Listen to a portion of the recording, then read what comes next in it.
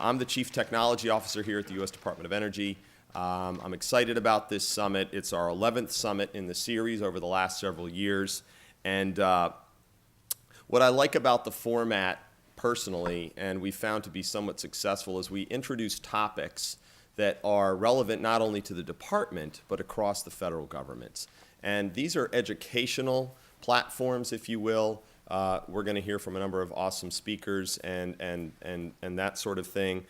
We do that in each one of our summits. But most importantly, this is an opportunity to teach, to learn, and even if at the Department of Energy, where I've been for almost 7 years now, it's great to have this type of an environment where not only do we hear from subject matter experts, but it's information that you might not get in a more formal conference where you're going and you're having to divide your time between various programs within a, say, week-long conference. So hopefully you'll appreciate that. If this is your first event, thank you for coming out. And again, we have these every 3 to 4 months. As far as housekeeping items that I always tend to gloss over, we have a hashtag for those of you who want to leverage social media. It is #, one word, DOE Tech Summit, DOETECHSUMMIT, and we do have guest wireless provided, the password being energy.wireless. So obviously we'll be able to tweet and to communicate, and again, we are recording. The day's going to flow a little bit differently than in the past if you've been to a summit. Again, we're going to have some speakers, and then after two of our speakers, actually we're going to have a kickoff this morning with Gary Grider. He's going to give us a nice overview of the history of high-performance computing. Then we're going to have a couple of our speakers come on up and do a discussion in their areas, as you see on the agenda. And then we're going to sit down for about 45 minutes, and we're going to have a dialogue, and I'm going to do my best to facilitate the conversations. I want to encourage folks to engage and ask questions. We've got microphones that will be set up and able to be passed out. But again, it's an opportunity not so much for me to guide the conversation, for you folks to be as involved as well. And that's what we're going to do. So then we're going to take a break. Then we're going to come back. We have 2 additional speakers, and then we'll have a fireside chat. And close to noontime, we should be wrapping it up. Out the door, if you need a bio break, there's restrooms across the hall once you leave the room. And during the break, far right all the way down, there's a Dunkin' Donuts, there's a Subway. You can grab coffee and what have you if you need that. So any questions on that? Any concerns? Hopefully not. And if so, again, you can always raise your hand and have me or whomever repeat or restate something that maybe didn't sync with what you may have heard. So we try to keep it as informal and intimate as possible. Okay, so to the topic. A lot of people have asked me, how did I come up with this one? In the past, I've done a number of topics and summits around more commodity-based or topics of interest coming out of the Office of E-Government and Information Technology, if you will, the CIO for the federal government. Topics like mobility, geospatial technologies, big data, cybersecurity, innovation, if you will.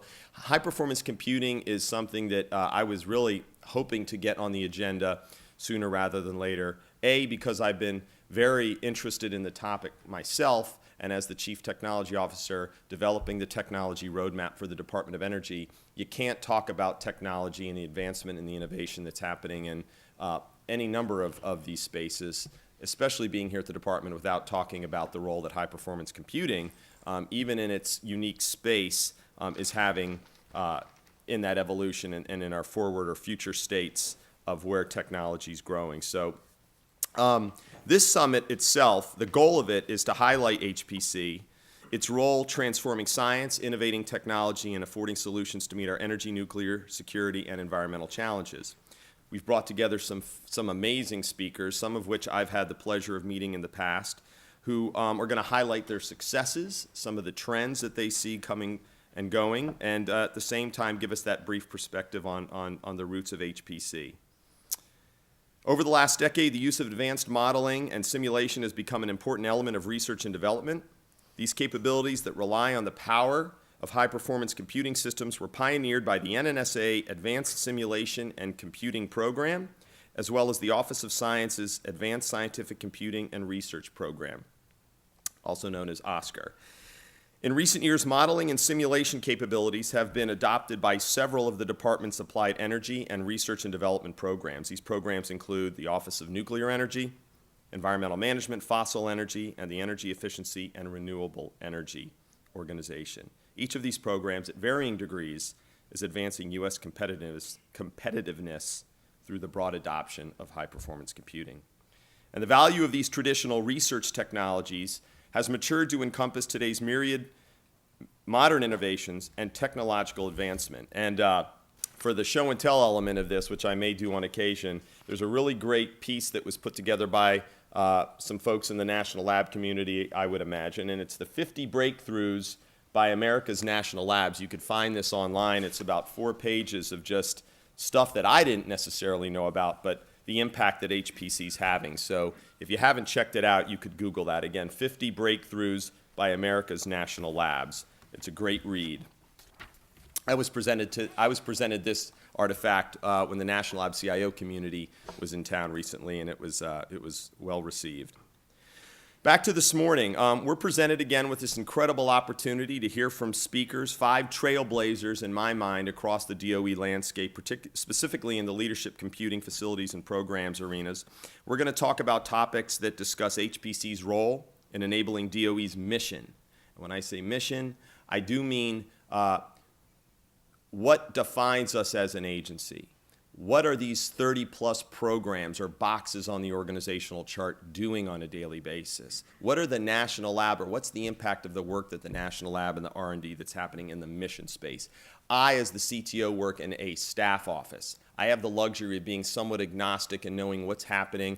My colleague, Deputy Assistant Secretary David Ortiz here from the Office of Electricity, for example, is doing amazing work, and I get to work with him on predictive analytics and other things that are happening in the smart grid community. But in that realm, I do a lot of knocking on doors, and in a staff office, you get to be in that position of learning, discovering, and sharing information. So when I say trailblazers and the pioneering, the opportunity to put on summits such as this and identify the unique mission that are happening in each of our program offices, it's going to be amazing, and you'll get a taste of that today. Some of mankind's grandest problems in science and engineering, measuring and assessing climate change, curing cancer, maintaining nuclear power plants are just examples of what HPC is allowing us to discover, and we're going to talk about some of those examples. We'll spotlight specific DOE's HPC programs. You're not going to get everything here today. Again, there are a number of stakeholders that are doing amazing work, but we're going to give you that taste, and hopefully you walk out today with a better understanding and more than just, oh, HPC stands for high performance computing, or that's what a supercomputer does. In addition, you'll hear terms such as flops, GPUs, clusters, cores, exascale, topics that I didn't know much about a year and a half or 2 years ago, but now I can actually explain to my children, not that they're understanding what I'm talking about. And how can a discussion ensue without talking about the top 500 and what that means here at the department, the top 500 supercomputers, and what the benchmarks are used to rate how fast the computers are. For what it's worth, a brief, at least the last I read, we have 26 here at the Department of Energy in the top 500, 4 of which are in the top 10. So it's a big deal. I was indoctrinated into that when I first came to the department, and our CIO at the time, Mr. Tom Pike, was so excited to release the rankings when they were coming out, and I'm like, that's a big deal, you know, to talk about whose computers are faster and where they rank. So that's part of my DNA when it comes to talking about HPC here at Energy as well. The general theme for today is a bit about history, where it came from. It's been around for a while, so you'll definitely get that. Mr. Gary Grider again is going to give us an awesome discussion around that.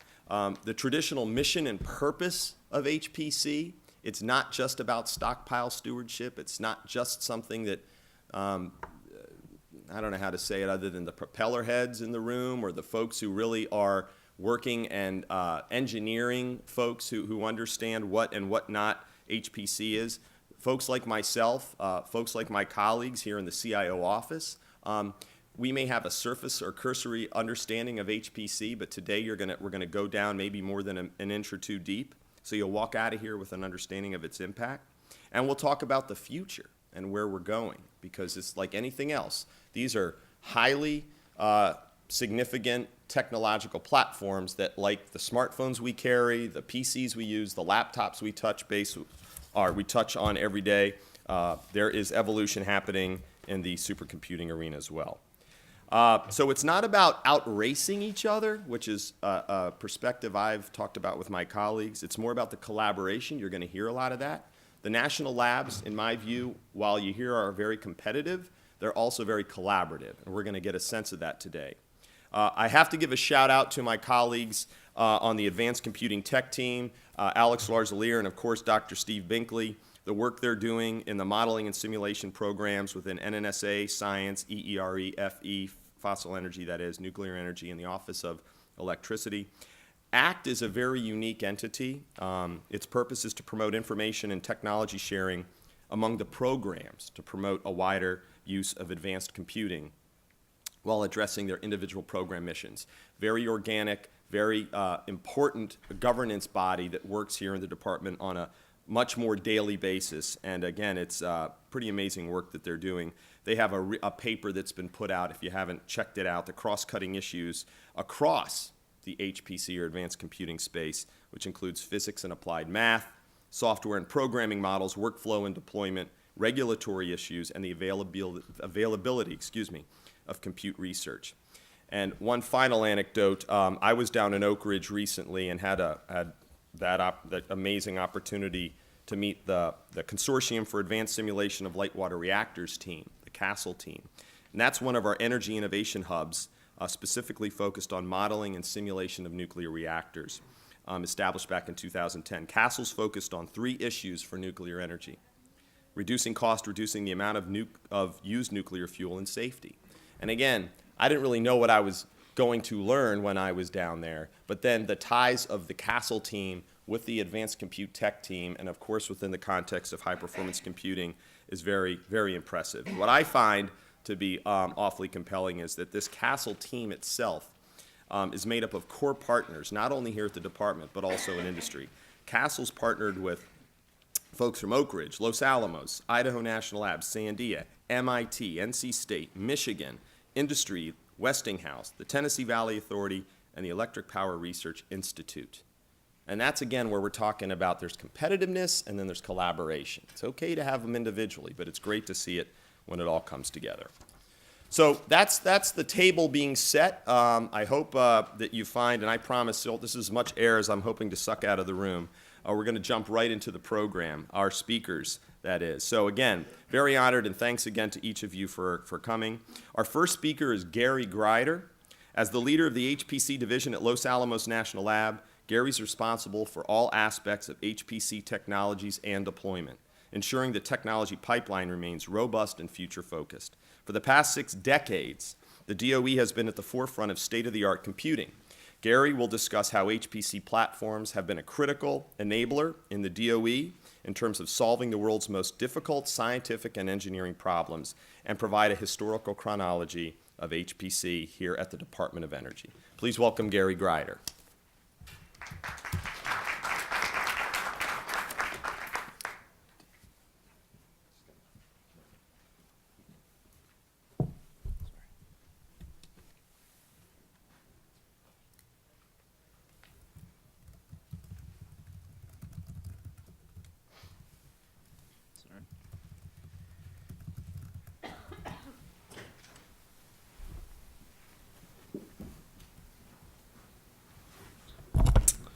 Hello, a lot of familiar faces out there. I got started looking at the history of HPC at Los Alamos a couple of years ago when I got a call from a person in our archives department, and they said they had 82 boxes of ERDA documents for every procurement we'd done in the ERDA era, and they wanted to know what I wanted to do with them. And I said, well, let's not throw them away. Let's try to figure out if we could scan them or something. And later that same month, I got presented with about 30 boxes of Nick Metropolis's logbooks, lab logbooks, which are fascinating. It's unclear how classified it is or not. We have to go through them and try to figure out how to get them, get the information out that's relevant. But apparently there's a lot more there that I don't know about. So I started this project a couple of years ago to try to capture some of that history and put it together for the world to share. We partnered with the Babbage Institute at University of Minnesota, which is one of the premier facilities for computing history. And so I can't tell you that all this history is from firsthand because I'm really not that old, but at any rate. So first of all, my apologies that this talk is very NNSA and LANL-centric. There's lots of people that do computing, and there's lots of accomplishments to be bragged about, and plenty of birthing pain to be shared. The center box, I just clipped out all the NIDRD organizations, which is fairly decent representation within the government of who does high performance computing, and then I just captured the 7 national labs that are involved in exascale and put their logos up so I could have a pretty logo slide. Moving on, so a little bit of background. I was told that across the whole country there'll be a few people that don't know a lot about what HPC is, and this will be a little bit of a tutorial. So I put together a couple of quick slides about that, so my apologies if you already know all this. And again, this is very weapon-centric. Basically, we take a CAD drawing of a weapon, we take some experimental data that we've done on some material, perhaps we've excited some material and got it,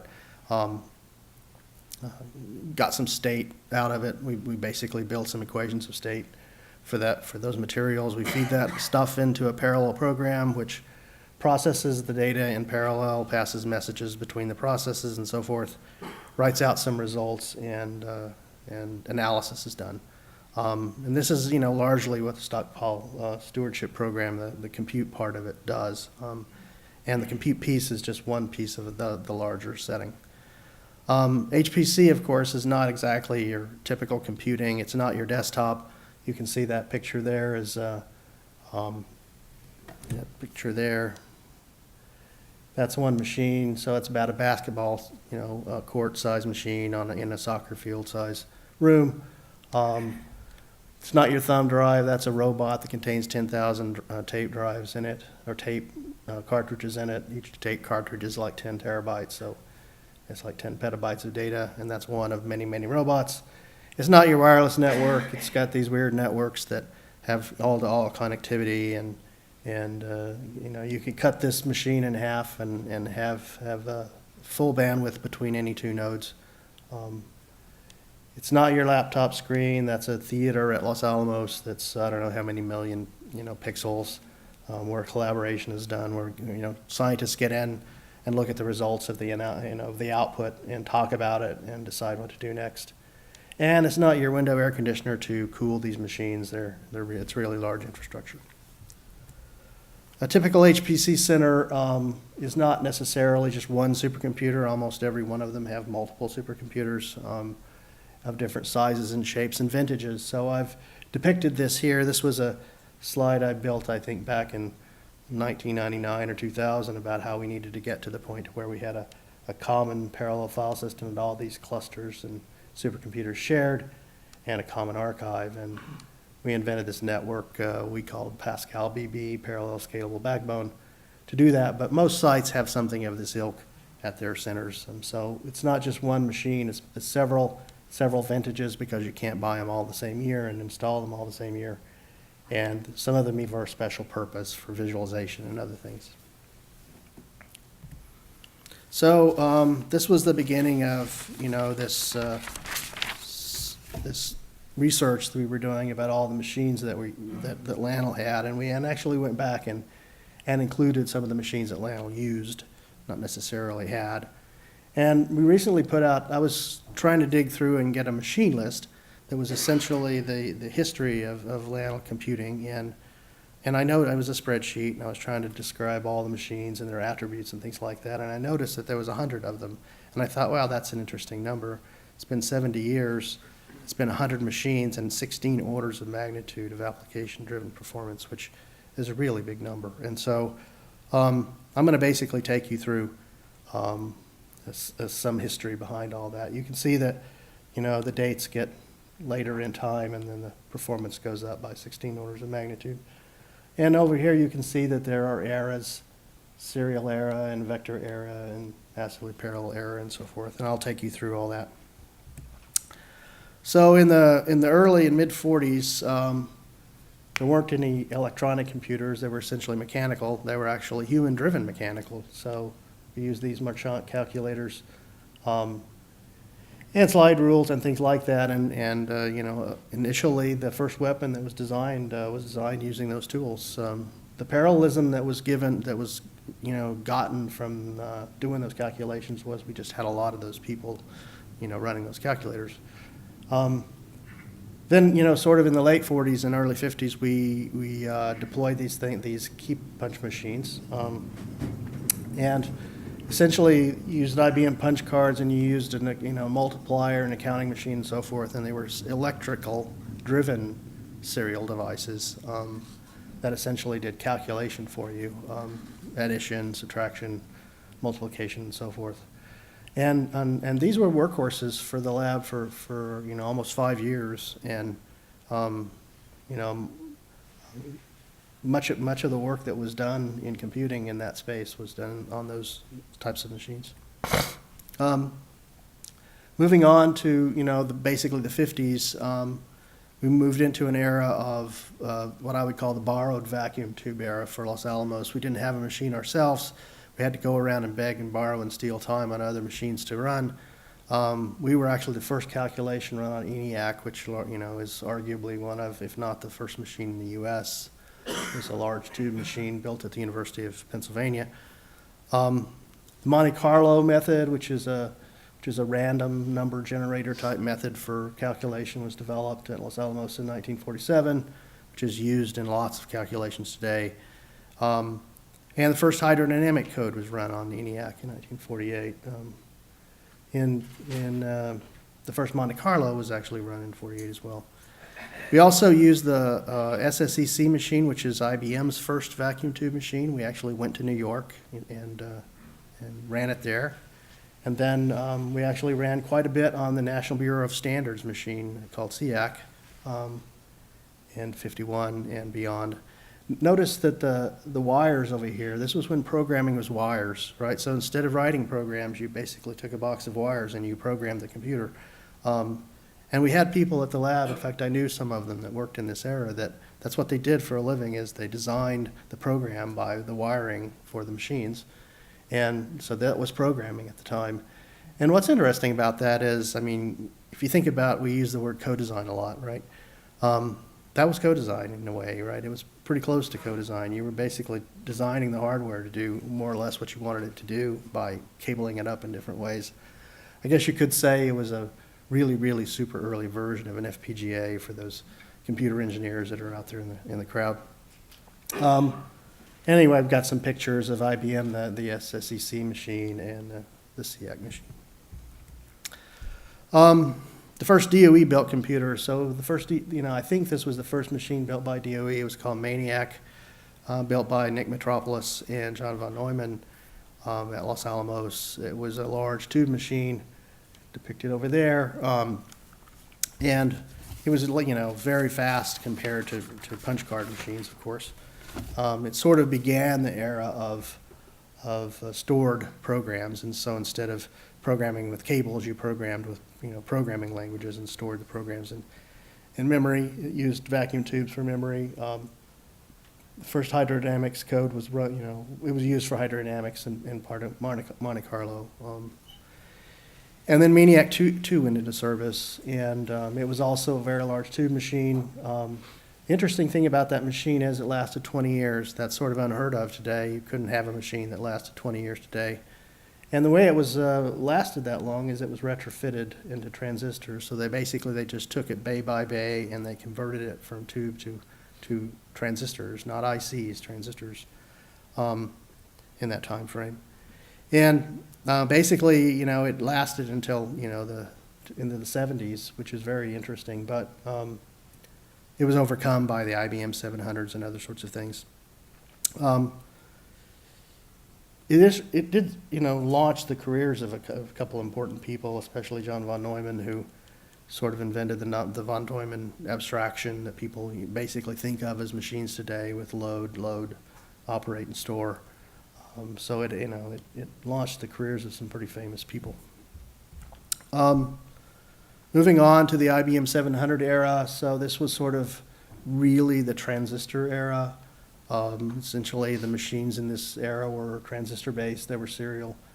Lyle used a lot of the 701s and 704s. We had like serial 1 and 2 of those machines.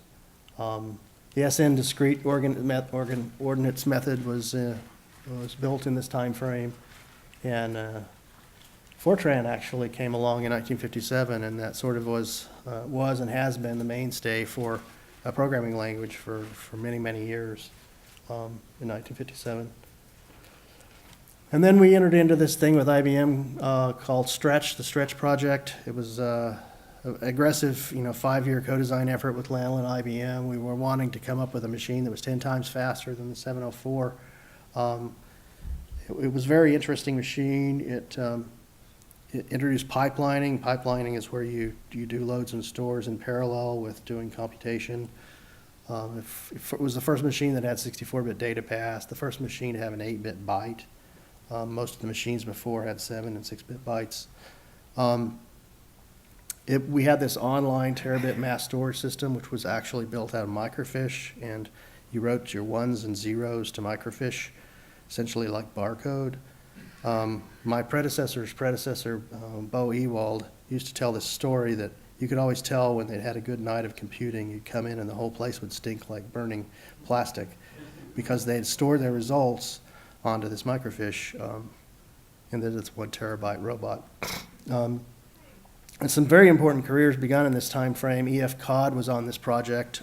He was very young at the time, and he's sort of, been touted as the father of relational databases in SQL. Don Knuth was on this project. He was also very young. He invented TeX, for those of you who know what TeX and LaTeX are. And he also was probably if you did a computer science degree, you probably had a, algorithms book written by Don Knuth. And Frances Allen actually was on this project, and she was the first female Turing Award winner. This project was considered to be a failure because it didn't reach the 10x performance. It only reached 4x performance improvement over the 704. But what was interesting, I think, about this machine was it was basically the predecessor of the IBM 360 and 370 family of machines, which essentially made IBM what it is today. And so this was a really, sea change kind of a project that was considered a failure at the time, but probably was the best thing IBM ever did. Really, literally, maybe ever did. And at the same time, Livermore, our sister lab, was pursuing UNIVACs and Sperry machines at the time. And I think that's an important fact as well, because we've always wanted diversity in the computing fleet. It makes sense to have more than one company, not bet on one company. And so at the time, they were pursuing UNIVAC machines.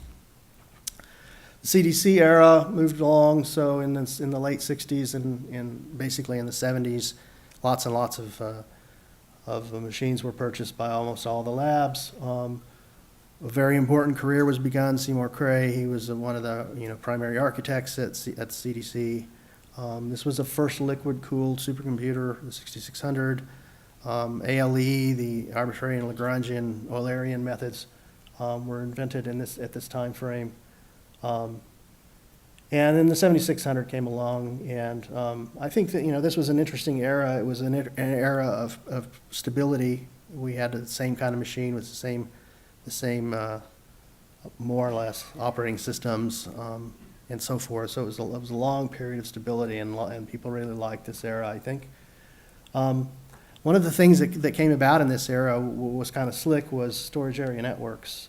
I went and looked up storage area network in Wikipedia the other day, and it said it was fiber channel, and it was invented in 1990, and it was devised to be able to allow multiple machines to share a peripheral. And so I went back and looked at the original design specs for a system called Hydra in 1971 at Los Alamos, and it said the same thing. It was designed to allow multiple machines to share peripherals, only it wasn't built out of fiber channel. It was actually a CDC 6600 supercomputer with all the other CDC supercomputers connected to it, and it held the peripherals. And And I think that's an interesting thing, that we were using storage area networks back in the early 70s that we had to invent ourselves. And it was also interesting in that the speeds of these things were really pretty, these were basically I/O channels, they weren't networks. And we wrote this operating system for the CDC 6600 called the Network Operating System. And if anybody ever used a CDC in the late 70s, they probably logged on and it said NOS. Well, that's where it came from. Along came the Cray, and the first Cray was an interesting machine. Basically, 76 was when the first machine was delivered. We started the project with Cray before that, and in the early 70s. At the same time, Livermore was pursuing this thing called the CDC Star, which was basically connecting together multiple 7600-like machines into a star configuration. Lannel ended up writing a lot of the software for this machine because Cray was a fledgling, outfit, and they didn't really have a lot of software, including an operating system. We developed this operating system called Demos. It was an operating system for the Cray 1. It was actually abandoned. It was considered to be a failure, although it really probably wasn't. It launched the careers of Forrest Baskett. Forrest Baskett was, for those of you who don't know who that is, that's a person that was influential in SGI. And Bart Miller at Wisconsin. Bart was a postdoc. And essentially they wrote this thing called Demos, and it was basically the first Unix-like storage system and operating system invented. It had processes and pipes and a file system that was very much like the Berkeley fast file system is today, which basically became what is now known as Unix and Linux, or the concept certainly did. Forrest went on, Bart went out to Berkeley and worked on the BSD team, and so BSD really holds its heritage from this effort. We had this thing called the Common File System that was developed at this time. It was, again, essentially a storage area network. It used these tape robots. This was the first sort of tape robot at the time. There was see these honeycombs. These things were about 100 feet long and 8 feet tall, and there's a bunch of robots that ran along and picked these little 50 megabyte tapes up and took them down and loaded them into tape drives. Had several of those.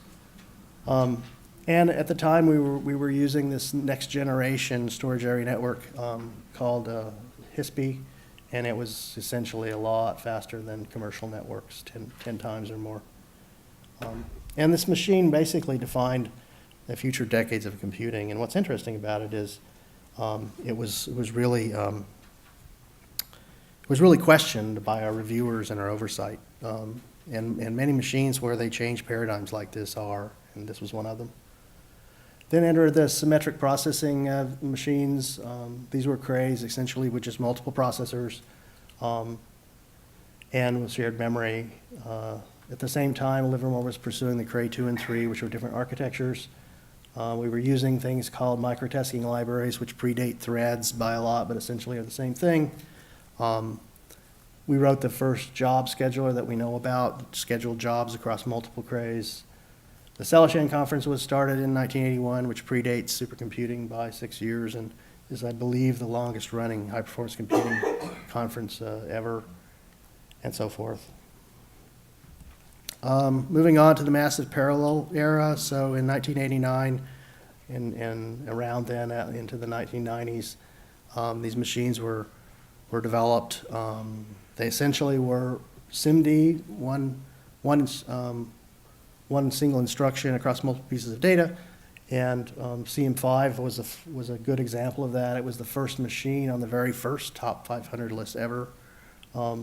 And I think the interesting thing about these machines, its baby brother was this, its younger brother was this CM2. It had 65,000 1-bit wide processors. This had 1024 Sparks. But I think the interesting thing about this era is that it invented this SIMD idea, and the SIMD idea is essentially used in modern day GPUs. And if you look at this, essentially you could take 100 of these machines, and that's about equal to 1 Tesla card. And if you look at Titan, for example, at Oak Ridge, it's got 18,000 of these cards. So that's like having 1.8 million CM5s connected together with a network, essentially. Along comes the ASCII era at NNSA, and that changed things a lot. We really moved into an era of trying to use commodity and trying to help U.S. industry along as fast as we could. So the competitiveness of U.S. industry really started to happen in this era. We worked a lot with companies and developed a lot of the interconnects that you see out there today and a lot of the software products that you see today, including parallel file systems like GPFS and Panasys and Lustre were all born out of this era. And even things out of university efforts like CEF and NFSv4 and things like that came out of university efforts. And the machines got very, very large, and we started having to worry about silent data corruption and failure and those sorts of things. I took a picture, I brought a picture in of the first machine to a teraflop. That was our friends at Sandia, ASCII Red, and then there's some other machines, Blue Mountain and Q, and this was the first machine to 100 teraflops at Livermore called Purple, and this is one of the current machines at Los Alamos. Moving on, the heterogeneous era, so modern day, so essentially, if you take the previous era, which was, this MIMD kind of world where multiple instructions and multiple data, and a previous one, which was SIMD, and add them together, you kind of have heterogeneous. So essentially, you have MIMD with SIMD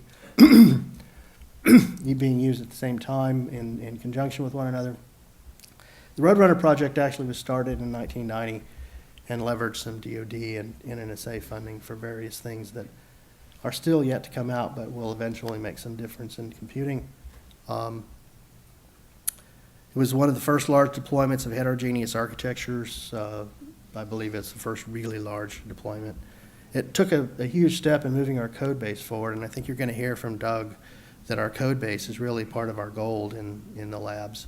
There's a lot of knowledge that has been dumped into the codes. It was also used to demonstrate to industry that this hierarchical architecture is really, a viable path forward. It was a good example of co-design with IBM and Los Alamos and Sony and Toshiba. And it was a sea change machine. Basically, almost every machine since then has been heterogeneous in one way or another and really moved us forward on this understanding of the power efficiencies and power trade-offs that we have to make. Current machines, Trinity and Corey, this was the very first joint procurement ever done by Office of Science and NNSA, and I think it was a very good experience. We both learned a lot from one another. It was the first machine procured without the word LinPack or flop in it. We didn't really care. We were trying to run a problem, and we wanted to get the problem run in a certain amount of time, so it was specified that way. It was the first machine that was not specified with, we want it to go 50 megabytes per second and blah, blah, blah. We didn't care about that. What we cared about was we want to get a certain amount of efficiency out of the machine, and we let the vendors decide how to do that, which freaked them out, and they didn't understand quite how to do that, but they're better at it now. It's the first machine with burst buffers. This is in-system solid-state storage for various uses. And the infrastructure for these machines is becoming enormous. This is a set of 36-inch pipes that I'm just got through installing at the lab for cooling the next couple of machines at the lab. It's also interesting that we're going from cold water to warm water to hot water for efficiency as well. I think that's a very good thing. And the coral procurement, actually, that Buddy's going to talk about, actually, is another procurement that's joint between NNSA and Office of Science. The future, billion-way parallelism, extremely deep hierarchies, lots of heterogeneity, all kinds of problems. I sum it up like this: sometimes it's better to be an old manager than it is to be a programmer, because the programmers are going to have to figure out how to deal with all this. And another thing that I think is interesting is it's not just research. It takes research and production to be able to do this job. And we also don't want to be afraid of any of those machines that might break paradigms, because sometimes they're pretty important machines. And that's it. That's not a picture of me, although I was there later at the time, but anyway.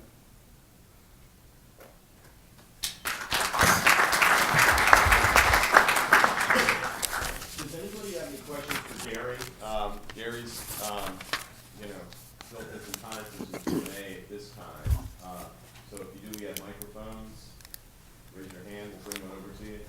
Okay, Dan over here. Or John, you want to step up to the mic?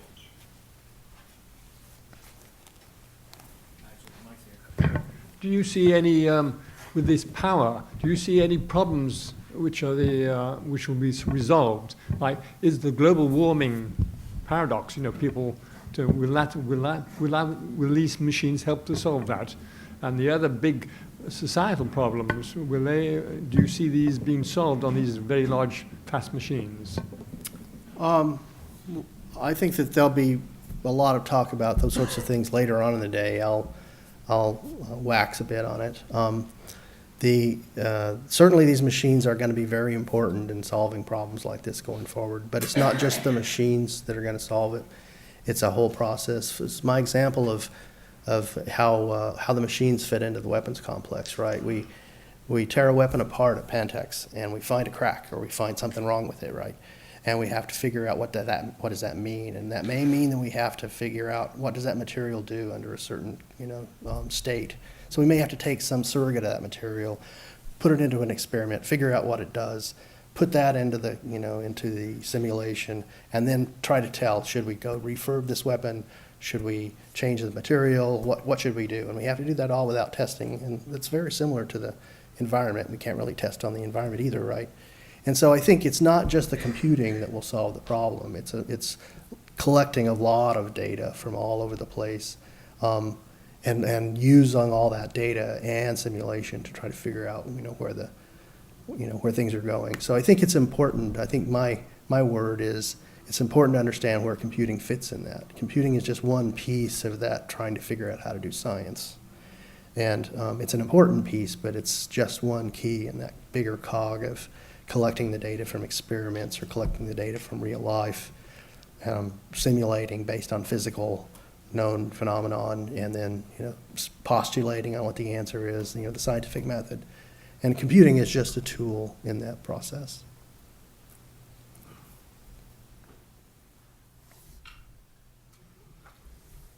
Okay. All right. Thanks, Gary. Great job. What I like to do after the speakers is I always have a little section where I take some notes, and even though I had some prepared thoughts based on having a sneak preview into that discussion, there's always nuggets that I take away. But for me, and hopefully for you, what I heard in that discussion, aside from an awesome history and explanation of where we've come, and people could talk about Kevin Bacon and the 6 degrees of separation. To me, it's like the 6 degrees of high-performance computing in the technology realm. It all all the roads lead back to there. What we're using today, at some point, most likely, was given birth on a high-performance computing platform. And you only need to look at where we are from a scaling standpoint. But what I took away, and that was great what you just said, I thought it was awfully eloquent, was how computation mattered. Floating operation points per second mattered in terms of speed and being ranked on lists, I would take it, and I'm sure it still does. But how the communication and architecture and ultimately the analytics around the data that's being generated on high-performance computing platforms. I mean, we hear about big data. We're going to talk a bit with Dimitri a little later today about the impact of big data and how supercomputing and the platform, we're creating volumes of it, varieties of it, right? The 3 Vs. The point there is, how are we making sense of that data? And that's where I see this evolution of fast computation is important, but it's now an element. It's not what defines the high-performance computing platform. So thank you, Gary. That was great. I was really appreciative of the pictures of the manual processing to serial processing to parallel processing. That's evolution in and of itself. The programming that's involved. I made a reference earlier about propeller heads. I work with a number of really, really way smarter than me, intelligent, more articulate folks who are engineers and programmers who actually enjoy the opportunity and talk about it to redefine code. So thank God there are people who love to do that. I'm more in that program management realm, to be honest with you. I like learning about it. So thank you. And as we're going to lead into our next speaker, Mr. Wade, we're going to get a sense of how stockpile stewardship really was at the genesis of the HPC beginnings. So we've heard a little bit about that history. Now let's take a look at some other uses of HPC. With nearly 20 years of experience in defense programs, Douglas Wade is no stranger to the importance of HPC to our national security and its role in nuclear deterrent strategy. For the past 5 years, Doug has been the Deputy Director for Advanced Simulation and Computing within the National Nuclear Security Administration, overseeing the development of large-scale multi-physics codes at the 3 national security laboratories. As part of NNSA's mission, leading-edge, high-end simulation capabilities using some of the world's fastest supercomputers, Sequoia and CLO. And at some point, I want to just reference, I hope it comes out how names get developed and invented, and for some of these computers. It took me forever to realize that Corey, for example, was actually someone's last name. I was doing so much history on it. So please bake that into discussion for novices like myself, but I think they're the coolest names around. These simulations are a computational surrogate for physical testing to ensure confidence in our aging stockpile, nuclear stockpile, which happens to reflect an average warhead age of 27 years. That was a factoid somebody gave me, Doug, so I hope I was close on that. But that's pretty significant. Even though the Cold War is long over and we continue to address issues with nuclear proliferation in the news, and it is significant as well that our nation's security is indeed in the capable hands of people like Doug. Please welcome Douglas Wade.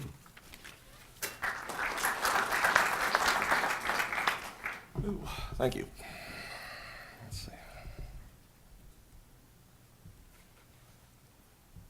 With that introduction, I am going to take a little bit different tack right here to talk about the Advanced Simulation and Computing Program. We exist to support the U.S. nuclear deterrent. That's why we're there. A lot of this is about the machines. We procure the machines because we need them for the simulations. It's the simulations that drive everything we do. Let's see.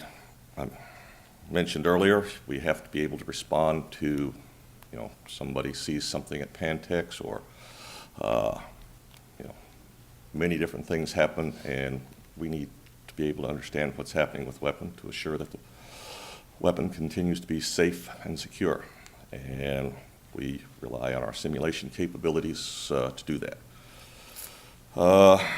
We are coming to a point right now where the technology is changing enough that a lot of the work we're doing is going to have to be revisited, at least as far as our simulation capabilities. And I'll get to that in just a moment. And it's going to be quite a challenge for us for the next 5 years. First of all, for stockpile stewardship, the Stockpile Stewardship Program was created under the Clinton administration with Presidential Decision Directive 15.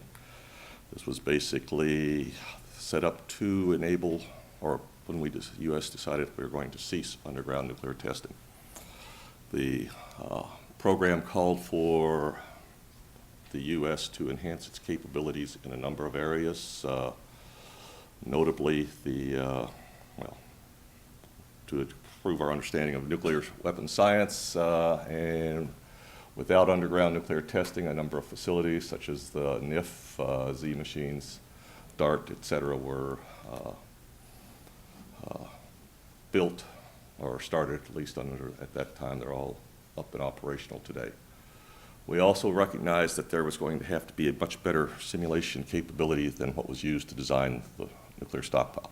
As you saw previously, the initial weapons were designed with slide rules and mechanical calculators. That wasn't going to carry us, but the reason you could do that is, and we did, go out to either the Pacific or Nevada and test. We've tested over 1,000 nuclear weapons. Not all of them worked. At the time, we still don't understand some of the results we got out of that. And it wasn't that they didn't work. Sometimes they worked too well, and we didn't understand that either. We're much better at that today, although we're not all the way there. Again, the purpose of the computers that the NNSA procures is basically so that we can run the codes. The codes, in order to understand what's all going on inside a nuclear weapon, are most complex that exist, period. That's my opinion, but I think it's defendable. To do that, I manage the Defense Applications and Modeling part of the ASC program. Everything basically that we know about nuclear weapons is reflected in our integrated design codes. And that's a major effort at all three of our laboratories. It's supported also by separate subprograms in developing and improving engineering and physics models, including the algorithms and how they're implemented into the codes. And of course, a very extensive V&V program to make sure that we're not fooling ourselves.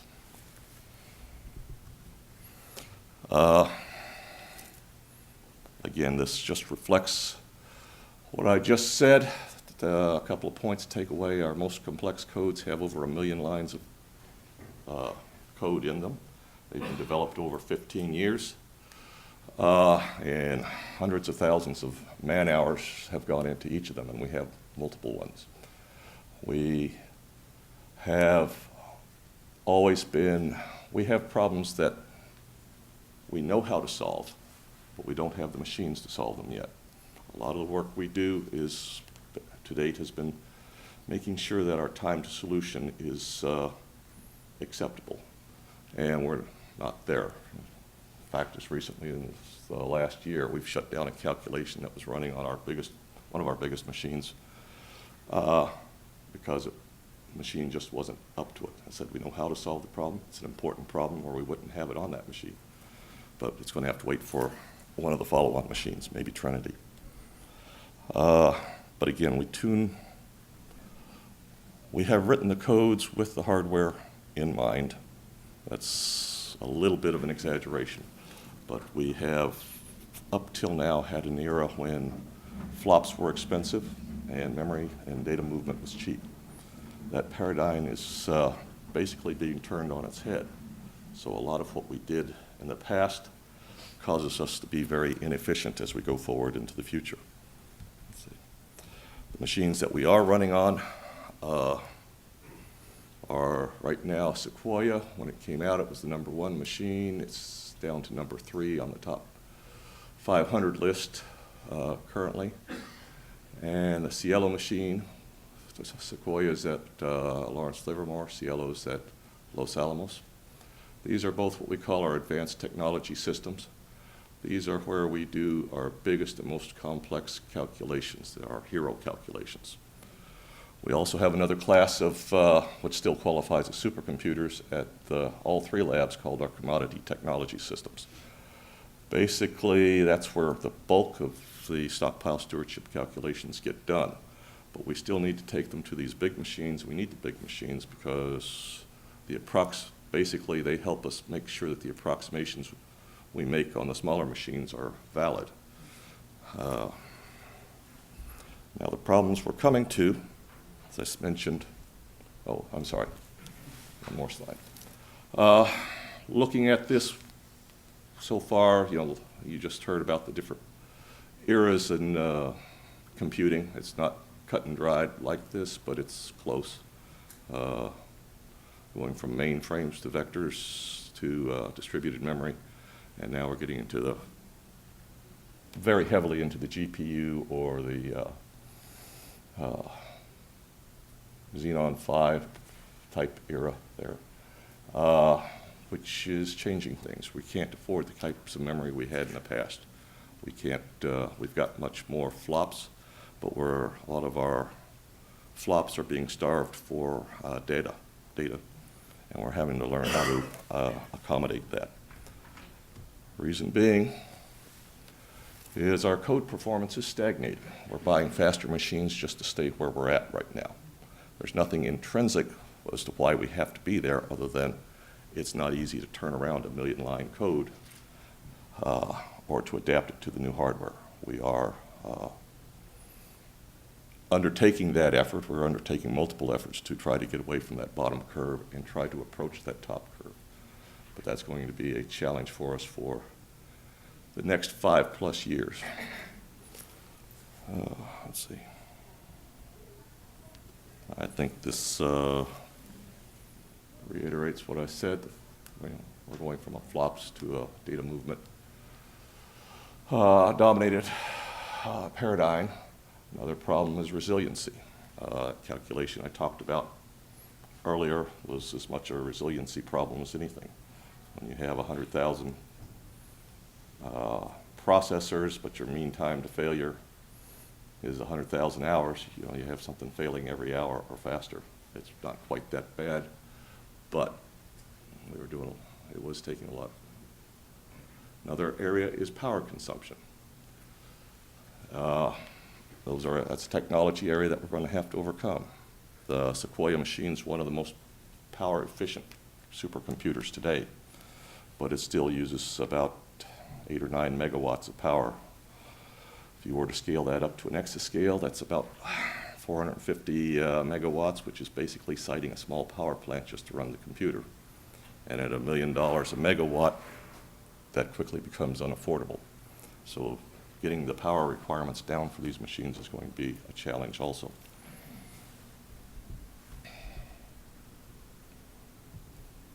Okay. And where we're going, as I said, we are investing right now in both looking at the hardware technologies and investing in new ways to program these machines we see coming. The homogeneous machines that Cielo and Sequoia represent, as mentioned in the previous talk, we're probably at the end of that era. In the future, we're going to be heavily into some sort of architecture, whether it's GPU, Xenon Phi, something else, we don't know. I mean, all of them are being explored right now. Making this shift is really not an option. We can't stick with the technology we've got today, mostly because industry doesn't support it anymore. The Sequoia machine that's out there right now, it's the end of its line. The production line is gone. There will be no more racks or cabinets of Sequoia, of the Blue Gene Q line. So as in a few years when they reach the end of their useful life, we're going to have to procure something else. Similarly, Trinity, the Trinity machine that's going into Los Alamos late this year, will be replacing the Cielo machine. It's also approaching the end of its life. Trying to overcome all of these technology and software issues is going to be a problem moving forward. ASC and Oscar are very heavily cooperating. Basically, it's almost to the extent that for the NNSA, and we have some legal restrictions, we are about as coordinated and integrated as I think we can possibly be. We have a number of areas that we are cooperating in. We are co-funding the design forwards. However, we're funding industry to look at both node and system architectures for next generation machines. I said the joint procurements of the platforms, both the Cielo, the Trinity and the NERSC-8 machine and the Coral procurements will probably be continuing into the future. Although each of the organizations procures their own machine, we have joint RFPs, we have a joint evaluation, and let's see, fast forward is another area where we have been and will continue to cooperate and co-invest with the Office of Science to bring on new technologies, file systems, others. Software and operating environments, NSA is spending some money there, but that's mostly an Oscar activity that we are relying on very heavily. And finally, there is the co-design centers where we are both have our own co-design centers, but they're basically across all of the labs.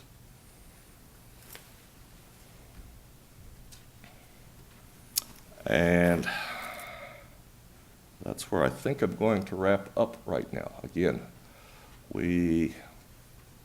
our codes is what's driving our need for big machines. We'll probably always drive it because, again, the codes we have trying to unravel all of the physics going on in a nuclear weapon is extremely complex. A lot of the other scientific areas there are trying to isolate things to a few aspects of the physics and understand it in depth. We don't have that luxury. We have our database is the nuclear test database, where everything is an integrated test. So we have to extract and understand what's going there. So we will continue to have to understand everything to the extent we can, and that's where we're pushing things. With that, I think I'll quit. And are there any questions? Well, we're going to address, you'll be in our chat, so we're going to save some of your questions for when we get finished Jeff's talk. So if that's okay with you. Thanks for getting us back on schedule. Okay. Doug. Okay. Great job. One thing really stuck out, and it was ideal for my statement prior to introducing Doug, and that was we mentioned terms you'll hear throughout the day earlier, FLOPS, which stand for those folks like myself in the room. It's a floating point operation per second. It's typically a measure used for a computer's or its microprocessor's speed or capability, and that's a term if you want to walk away with, and you can Google it yourself. It's awfully mathematical, but it's not just about the flops anymore, and that's what I took away. Data movement, as Doug said, matters.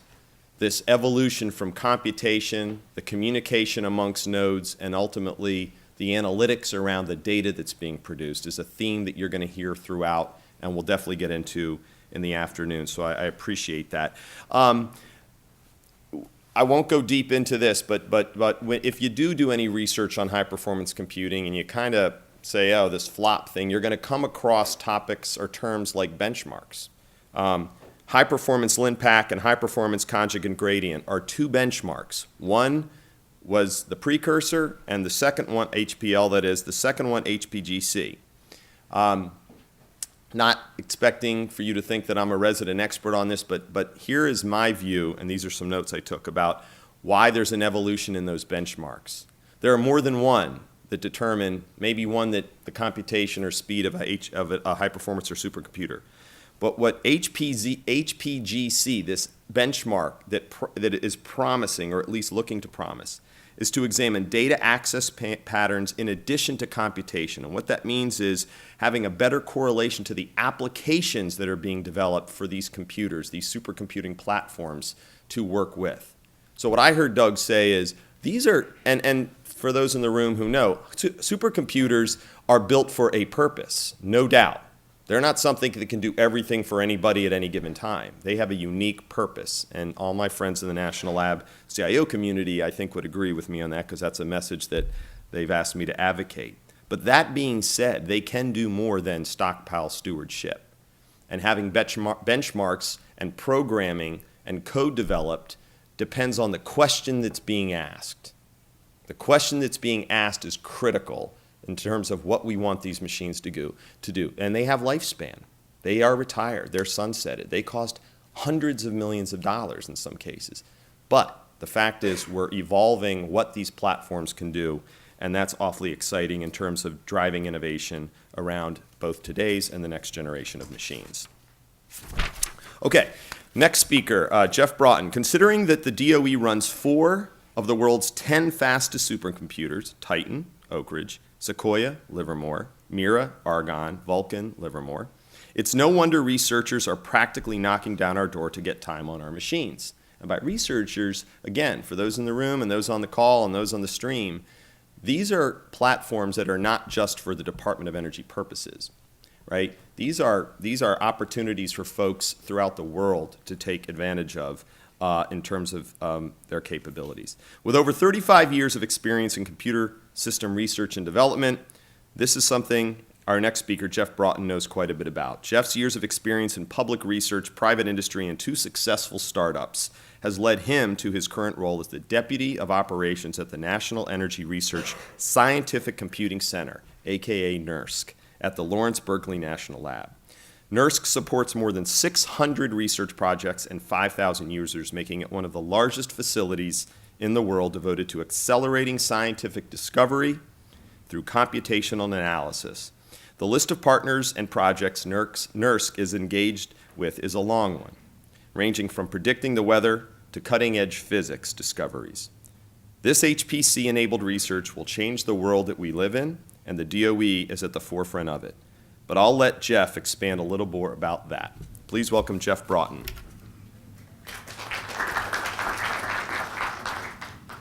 Thank you, Peter.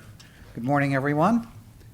What my goal in the next 20 minutes is to tell you a little bit more about NERSC, who we are, a little bit of our history, what we do, and what we plan to do in the future. So just to start, NERSC was founded just over 40 years ago. In fact, we celebrated our 40th anniversary last year. And it parallels, those 40 years kind of parallel much of the development of supercomputers. Back in 1974, we were founded, actually it was at Lawrence Livermore as the Controlled Thermonuclear Research Computing Center.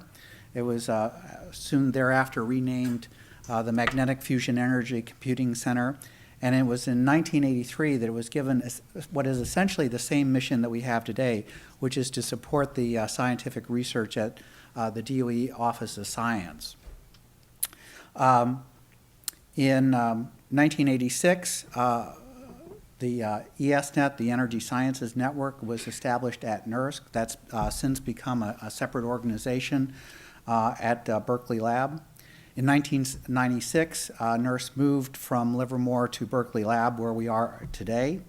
And from that time on, we've been continuing to work very strongly in terms of developing supercomputing applications.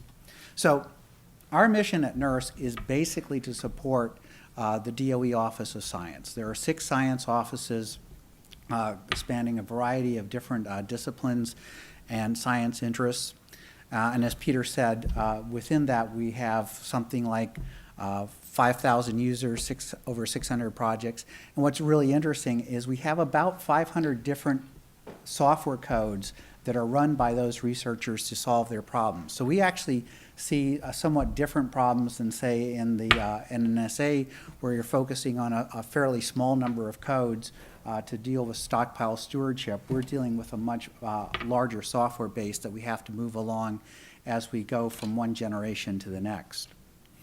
The way that time on NERSC gets allocated is that the various researchers put in proposals for their research, requests for computer time, and it's the time on NERSC is actually allocated by the program managers in the various science offices. And what that means is we don't really get to pick the science that we have to run. We end up doing what we can. And what's also very interesting is if you look at the economic value of the computing time that the various research projects get, that value can also oftentimes exceed the monetary amount of the grant that they're getting for doing, the staff members and other experimental costs that they may have associated with it. One of the other things that we see as a result of this is that the usage patterns that we see on the machine will shift as DOE priorities change. And you can kind of see that in the graph down on the lower right, where you see what the usage was in 2002 and then 2012, and there's some rebalancing as we go, as new areas of science become more interesting to the Department of Energy. So at NERSC, we very much focus on the scientific impact of our users. We are, for the most part, computing scientists, although we have a fair number of domain scientists who actually end up providing direct support to the various research projects. But all of us are very interested, have a deep interest in science, and we measure and test ourselves by the results that we get out of the various research projects.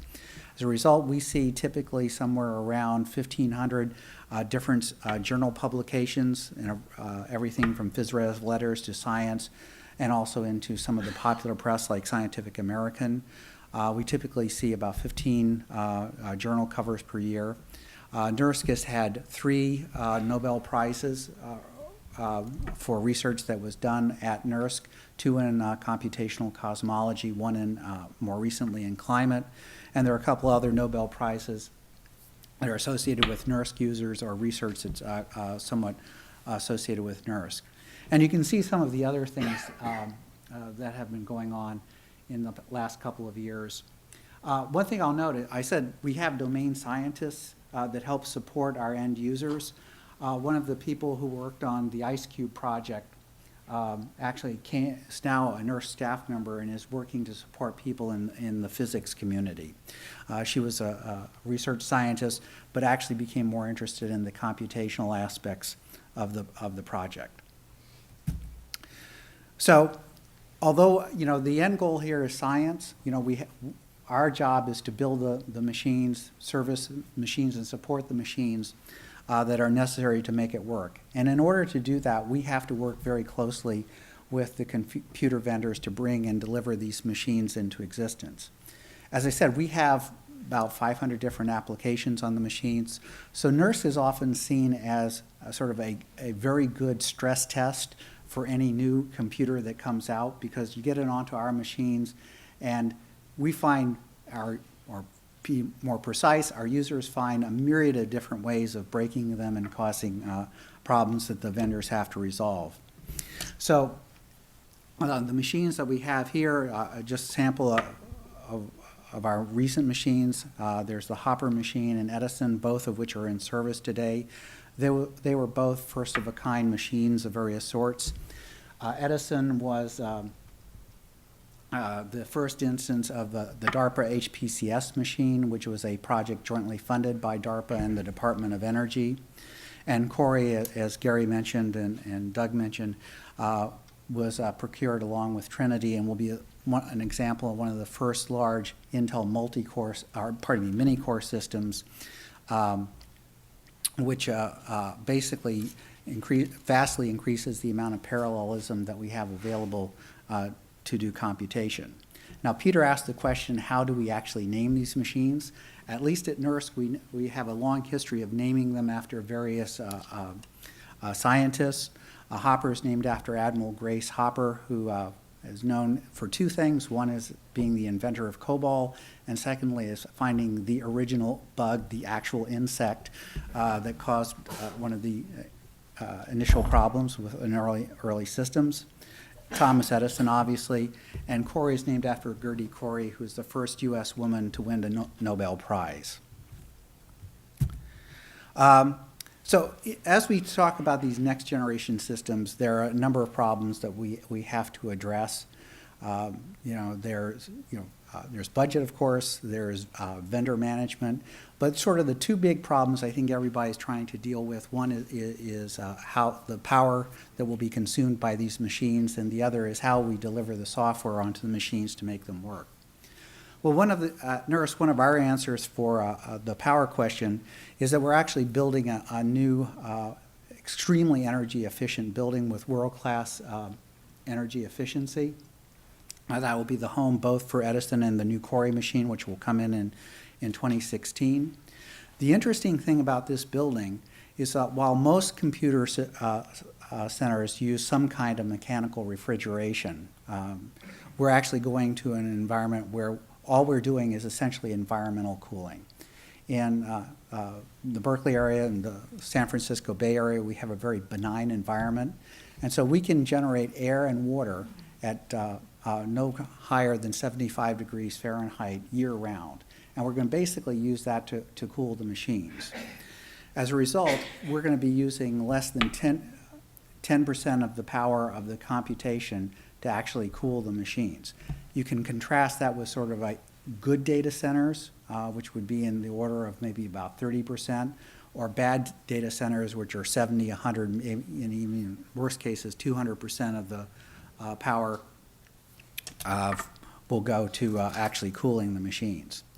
So with this new method of using environmental cooling, we're actually going to see about a 50% decrease in the cost per watt of power delivered to the computation, and that will be a fairly substantial savings that then we can go and reinvest in additional equipment and machines to support the science. And the building is actually getting very close to complete. We expect to have occupancy here sometime in late spring.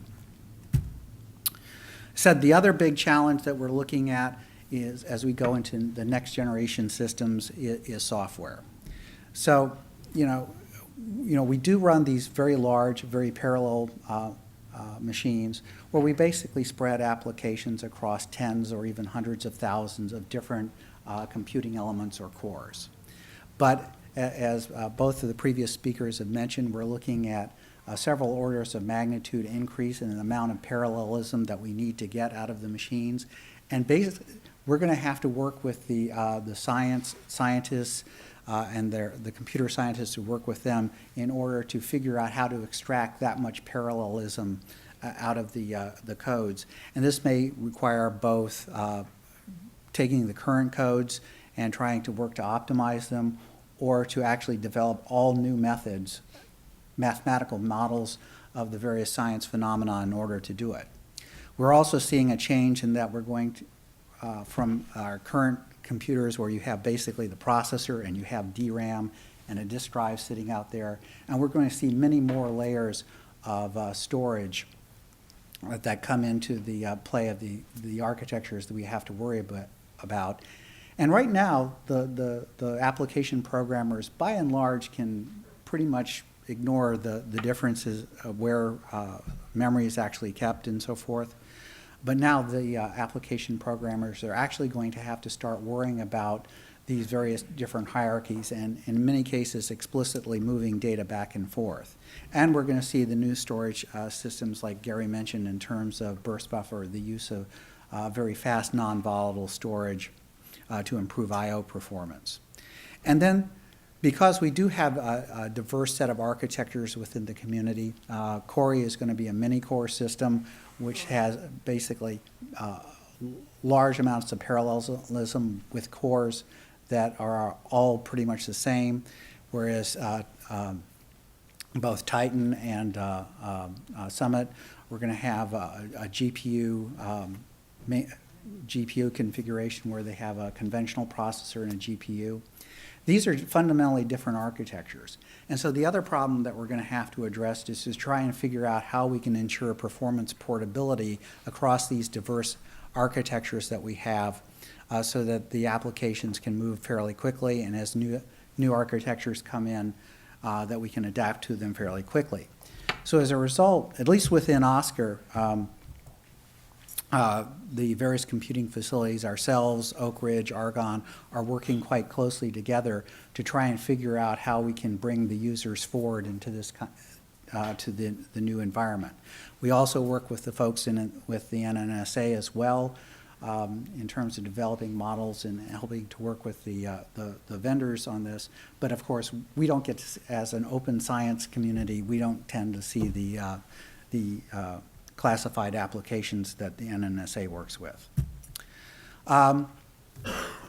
So the way that we're at NERSC that we're addressing this is we've put together something we call NESAP, or the NERSC ESCASCALE Science Applications Program. Oak Ridge and Argonne also have analogous programs with slightly different names, but fundamentally they involve the same thing. First, it involved a very close partnership. In our case, it's working with Intel, who's developed the mini-core architecture, which is called the Knights family, currently Knights Corner, but in Cori will be the Knights Landing chip. And getting their understanding of the architectures and how to apply that to the various applications that we run. Together with that, then we're putting together developer workshops for the various third-party applications, so people who are doing commercial applications or large commonly used community codes can learn about the architecture and how to apply it to their environment.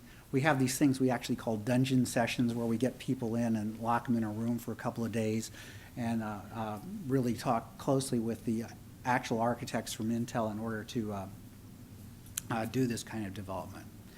Then, as I said, we have about 500 codes, but if you break it down, it turns out that we have maybe about a dozen that take up about 50% of the time on the machines. So we've actually been going through and targeting both those high runner applications and also various codes which are representative of certain particular kinds of mathematical algorithms. And then we're working very closely with those code teams to bring them forward so that the most important applications and algorithms will be well tuned for the architectures. We also are working to put in place test bed machines, smaller machines that the users can come in and get access to earlier.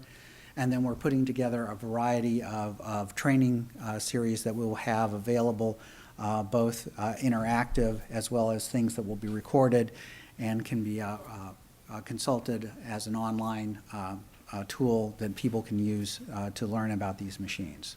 And then lastly, and I actually think this is probably one of the most important things, is that Oscar is funding a postdoc program where we'll bring in postdoctoral researchers and actually embed them with various application teams to help them in the process of moving the applications into the next generation architectures.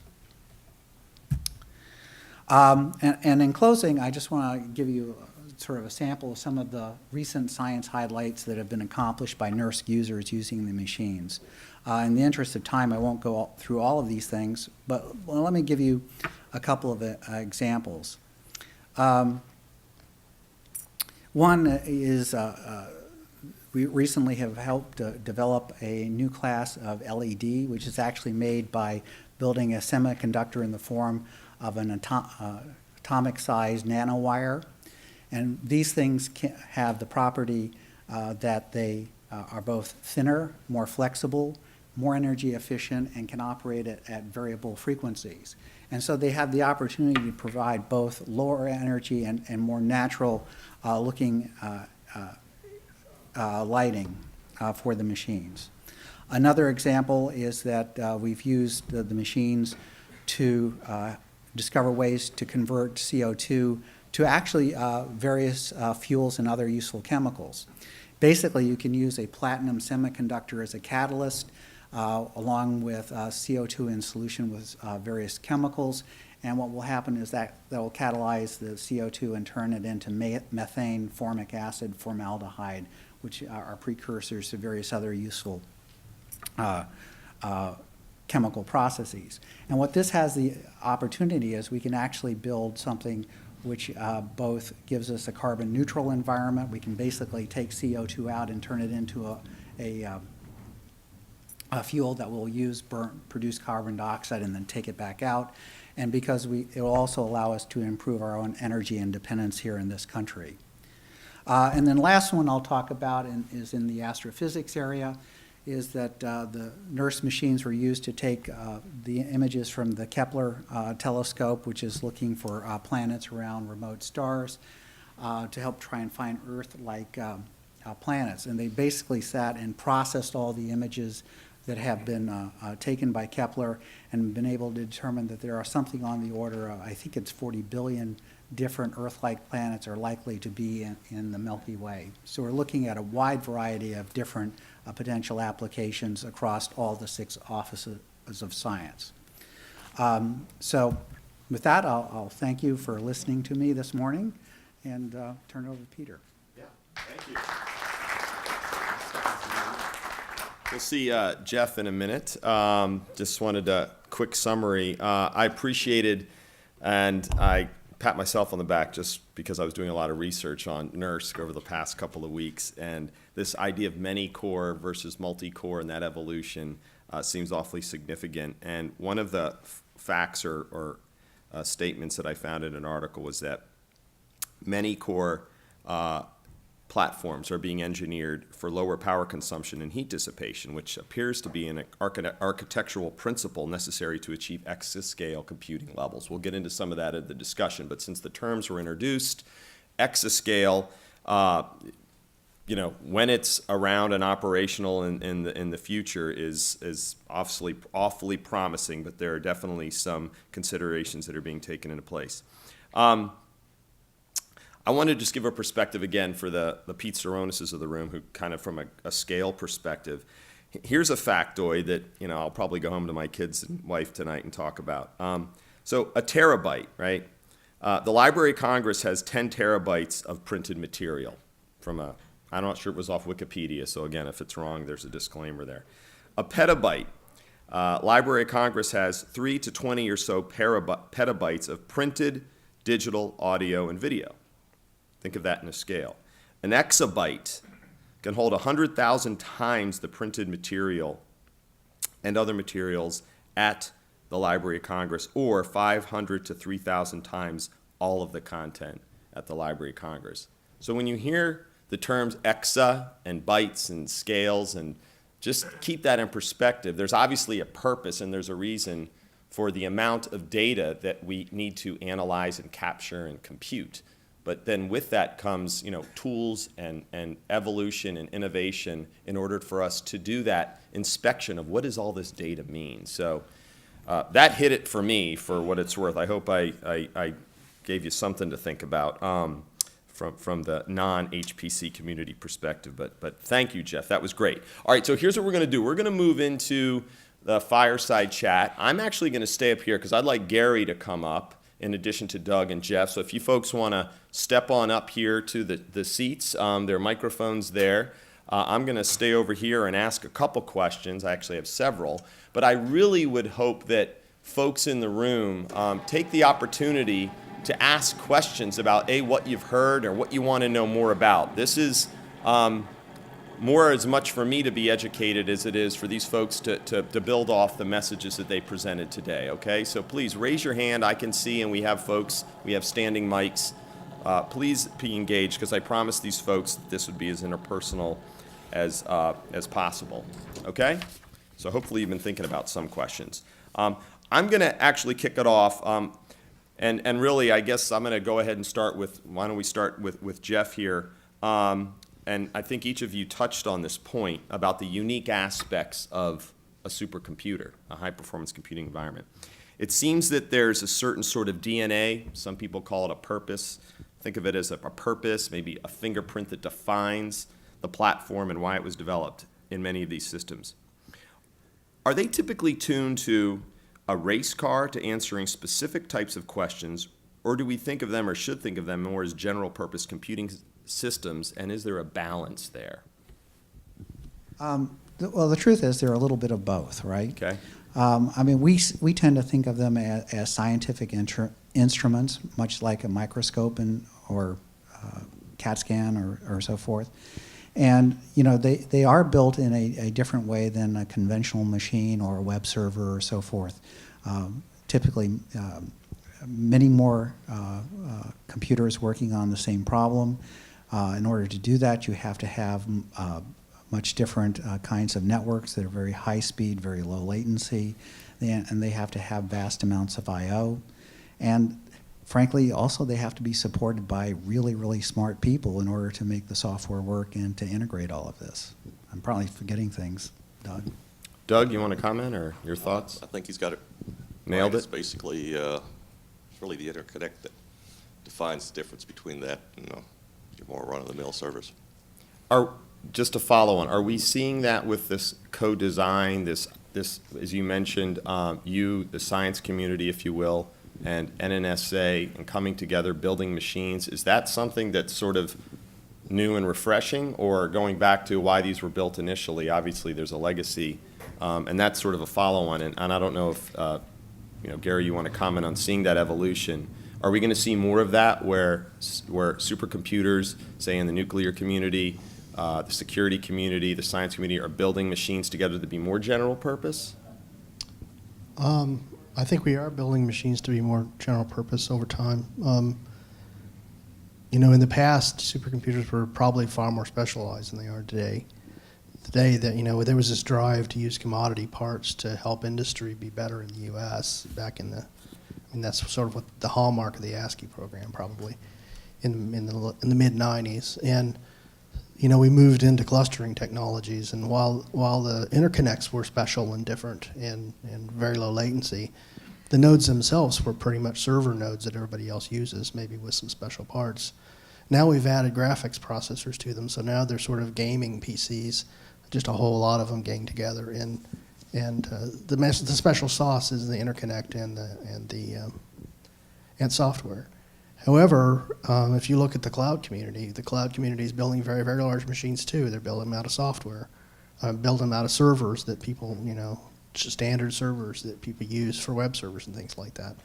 And their interconnects aren't as special as ours. But what's interesting about it is that they're headed towards a world where their interconnects are becoming more specialized. Why? because they're running out of embarrassingly parallel problems, and they're trying to figure out, they're making more connections in their data. They're doing more things that are more tightly coupled, and so they're, in a way, headed towards the environment that we've been in for a long time, which is rich interconnects. By the same token, we used to shy away from having storage inside of our nodes. It was a bad thing to have storage inside the nodes because it caused the failure rates to be higher. However, with solid-state storage, that's not necessarily going to be true, and so we're adding storage to our nodes, which is exactly where the cloud and search communities have been for a while. So if you back away 10 to 20,000 feet, you'll see that these two architectures are merging, and they're merging for a reason, and the reason is economics. The computer industry has to make money, and there's not that many players in that industry, and so they can't just service the HPC community. They've got to service more communities than that. They've got to leverage both communities off of one another. And so, in a way, I think that we are headed towards a far more multi-purpose kind of sets of machines because of economics. That's what's driving us. And what's interesting, I think, is that we have a common enemy, and the common enemy is energy. Right, the machines just take too much energy to run. So we're going to be forced down similar paths because of energy. Great. Question on that, and again, this is open for anybody. When you bring together the communities of a scientific lab and, again, a purpose, when you talk about the general purpose, the architectural development, how easy is that? I mean, is it, again, you hear and you read and you walk the halls, and this is, again, from my perspective, that the labs are so competitive, but clearly there's a synergistic, hey, let's work on this together. Can you speak to how some of the co-design, or if you will, the design of how has it been? How has it evolved over time to where a science lab and a nuclear lab, how often are those interactions happening in terms of planning for next generation supercomputing? Who leads those efforts? Is it a requirement that simply is driven and someone picks the phone up and says, hey, we just got some crazy requirement to build? What's that process? I mean, it obviously takes folks coming to the table with a perspective of the greater good and the effort. Well, you really have sort of two questions there. One is about sort of the competition among the labs, and I would put it more in the co-opetition category. Certainly, we all want to have the best and greatest machines, but we also have a lot of respect for our colleagues at all the other labs. We work tightly together on all kinds of different projects. One of the reasons why the Trinity and Cori procurements were put together was Cielo and the Edison machines were very similar. We worked closely and we helped each other out as we found problems. We compared notes and worked on that. So I think actually for the most part it's a very cooperative relationship among the different laboratories, both within Oscar and in NSA. But if you talk, the other part of your question is how are the machines getting designed, right? And this notion of co-design is going to be incredibly important for bringing next generation machines in. And what co-design basically means is rather than letting the computer vendors go off and design a machine in a vacuum, it's trying to get the code teams from the science and the weapons side together and get them talking to the vendors early in the design process so that they have an understanding of what the applications are and how they can tweak the architectures so that they can produce the best performance at the lowest energy for the different applications. And this is something that really, I mean, I guess it's been going on for decades in one form or another, but we put the name co-design on it, and these processes were really put together most recently with the Path Forward and Design Forward programs that are being sponsored out of both sides of DOE. Thoughts? Because I already have another follow-on to that. Any thoughts, Doug, in that realm? Your perspective from the NNSA side of the house? Well, yeah, in fact, you mentioned earlier the change on the new benchmark. One of the things we were seeing was that the manufacturers were pursuing flops overall, and that was basically starting to provide machines that were not as useful for our applications as they could be. So, like one of the NNSA co-design is looking at many apps to provide to industry to give them the types of problem samples of the types of operations that we need to capture in order for our codes to become more efficient. So that was a reason why flops was not specified in, or peak flops was not specified in the requirements. So is it, again, I'm going to go back to the top 500. I mean, that is what the measure is. Are there other, rankings that we're moving into that the top 500 will have a different look and feel where it's not just about flops, or do you think that's here for good or at least for the next 10, 15 years? Does it matter as we move into that data-centric and measuring beyond computation? What do you think? This is more of a visionary question. Yeah, top 500 is going to be around for a while just because it's got lots of legs under it. And yes, there are other benchmarks. There's the green 500. There's the graph 100, graph 500. Anyway, there's other benchmarks that you can measure different things against. But again, we're concerned that the manufacturers were trying to fine-tune the machine to get the highest rating in one area that was degrading something, or degrading, at least within the NNSA, when we do our problems, it's time to solution is what we really care about. I mean, you get the problem in there, we want to be able to turn it around so we can get the results back out. And Yeah, so at NERSC, going back for at least 4 machines, probably since the time that NERSC moved to Berkeley, we've been procuring machines not on the basis of peak flops, but rather on the basis of what we refer to as we call SSP, or a sort of sustained system performance, and what that is it's a mix of half dozen or so different applications that are taken to mimic different science areas and different mathematical techniques, and we ask the computer vendors to project and commit to the performance on the basis of that benchmark.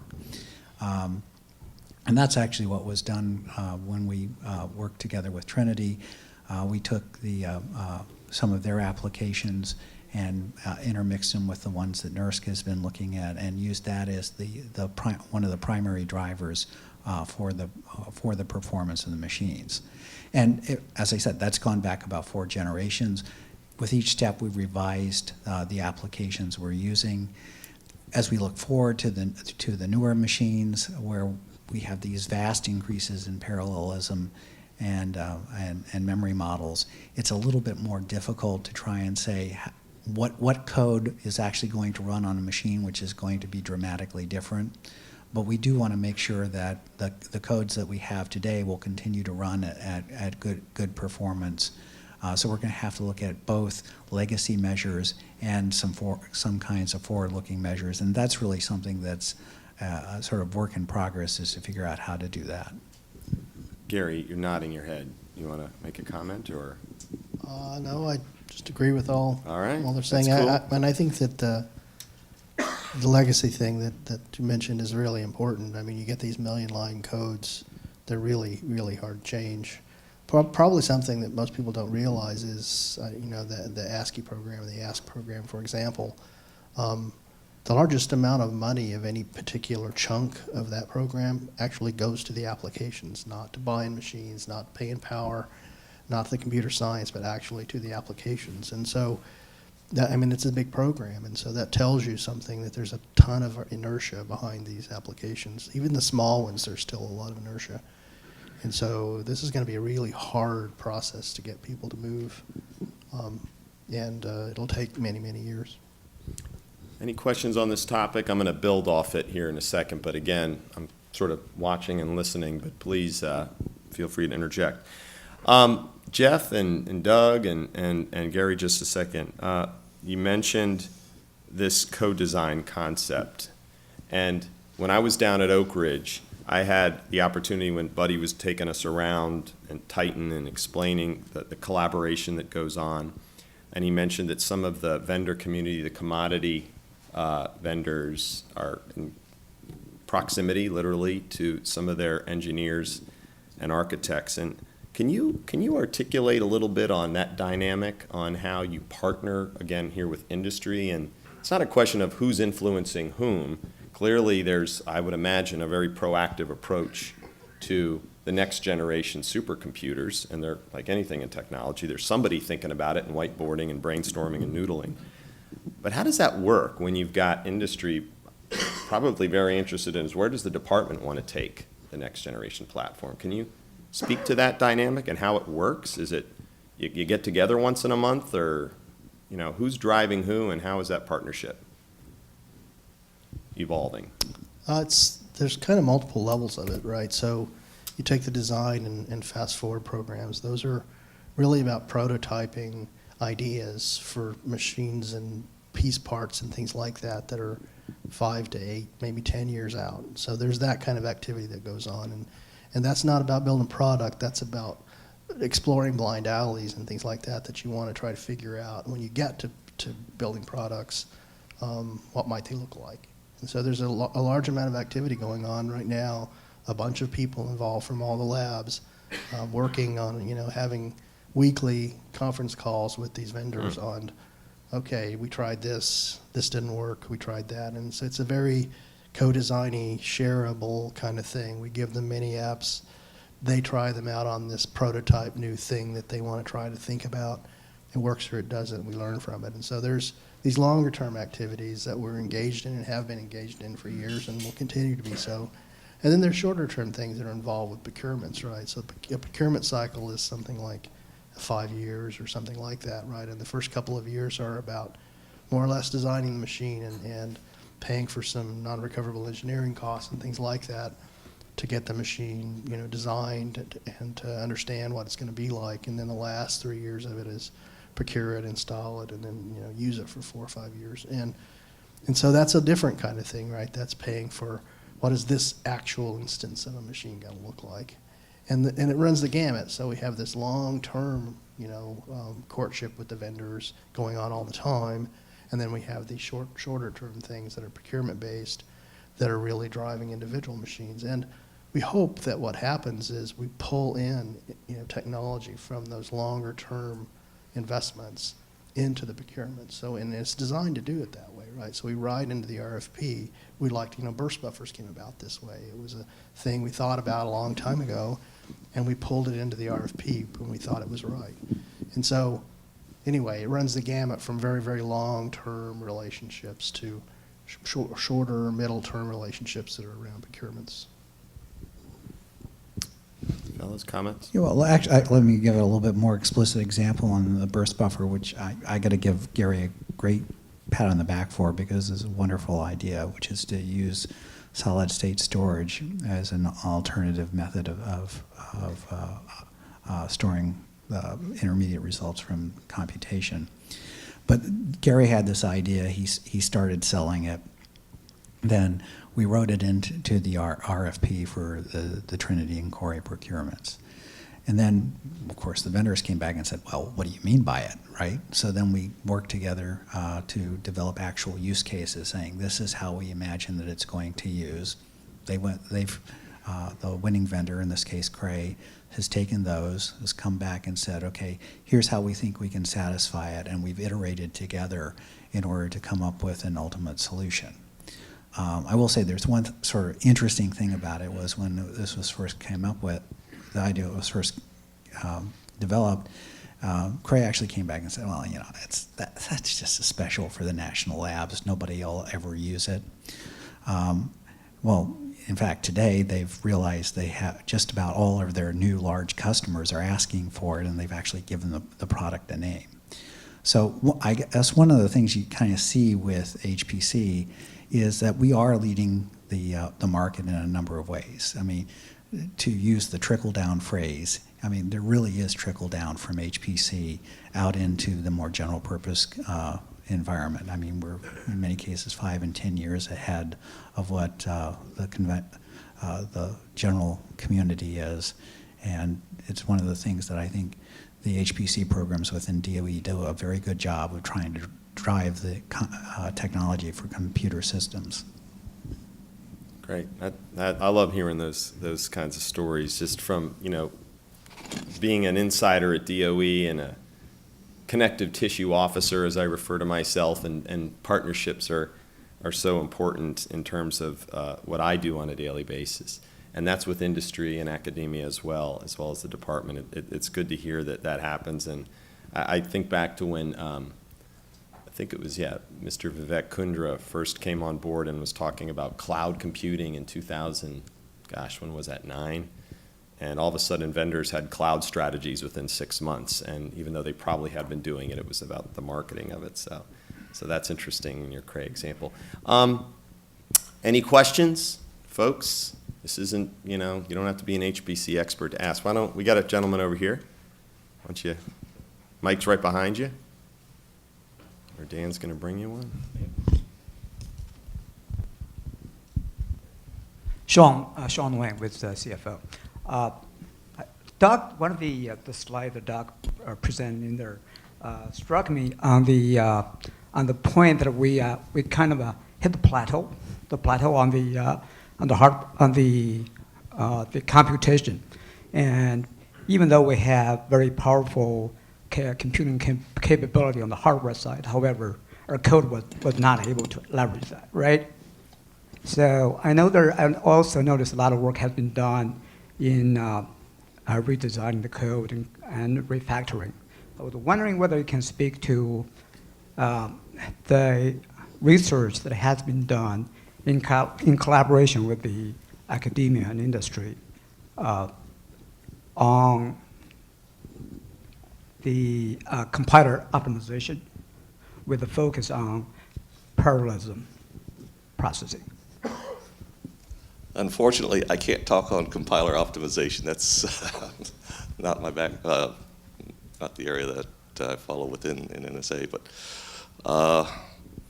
the chart I showed where our code performance is basically gone flat is, again, nothing intrinsic that's a problem in the long term. But in the past, we've made some decisions. For instance, when memory was cheap, we put lots of data tables in memory, for example, that are codes so they could just do lookups rather than calculate. In the future, we don't have the memory, so we may have to come up with other ways to, get that. It's just going to require us going in and basically looking at the entire code and figuring out what makes sense. We have in the past gone for zoning a problem more finely, for instance, to get better results and stayed away from what was flops intensive, going to some higher order schemes. In the future, we may decide, well, now it's time to go to the higher order schemes and we don't have to worry about the zoning. I don't know how all this is going to come out. We only really began to recognize what was going to happen a couple of years ago. Actually, it came out at one of the Salishan conferences, and we really were a little surprised that it was coming at us quite that fast. We were expecting it, but we have already seen issues with our current codes that porting from the last generation to this generation, especially on the Sequoia machine, which is a small memory machine, even though it's homogeneous, and we're seeing significant hits in performance that we're trying to work around. But when you talk about the actual compilers and that sort of stuff, it's beyond me. I can ask. There's some interesting work going on with universities. NNSA has a thing called the Alliance Program, which we have 4 or 5 of these alliances with universities, and they're pretty large, 4-year kind of endurance kind of things. And a couple of them are working on new programming environments and programming models, and some of them are showing some good promise. And so I think what you're hearing is it's probably not going to be about the magic compiler and the magic compiler option. It's probably going to be more about programming models and environments themselves. And Office of Science is spending a lot of money in that space, and NNSA has got these alliance programs going, and some of them are showing great promise. And I think where they're showing great promise is in letting the machine decide more about how to run the code than in the past. There's a lot of flops there. You can use those flops to help the machine optimize itself. There was some great work done at NERSC, actually, on self-tuning. So the code runs, it figures out, gosh, if I I know more about it now. The next iteration, I'll run it slightly differently because I know more about what I'm running on. I know more about what I'm doing. I can tune it. So the machine itself is tuning the code. It's not the compiler that's getting better. It's the runtime that's getting better. And there's a ton of work going on in that space of these new runtimes. People aren't going to be able to reason about 7 layers of memory and billion-way parallelism and connectivity that's richer in this place but not as rich in that place. People are not going to, normal humans are not going to be able to write programs for this. There'll be a few, heroes that will, but largely we got to get away from that. We got to move towards this. Let the machine help us code as opposed to us coding it. And I think that's where most of the research is showing the best results. And DOE is really leading the way, I think, in that space. There's a ton of stuff that both Office of Science and NSA are funding in that space that I think that's where the future is. Questions? Right here?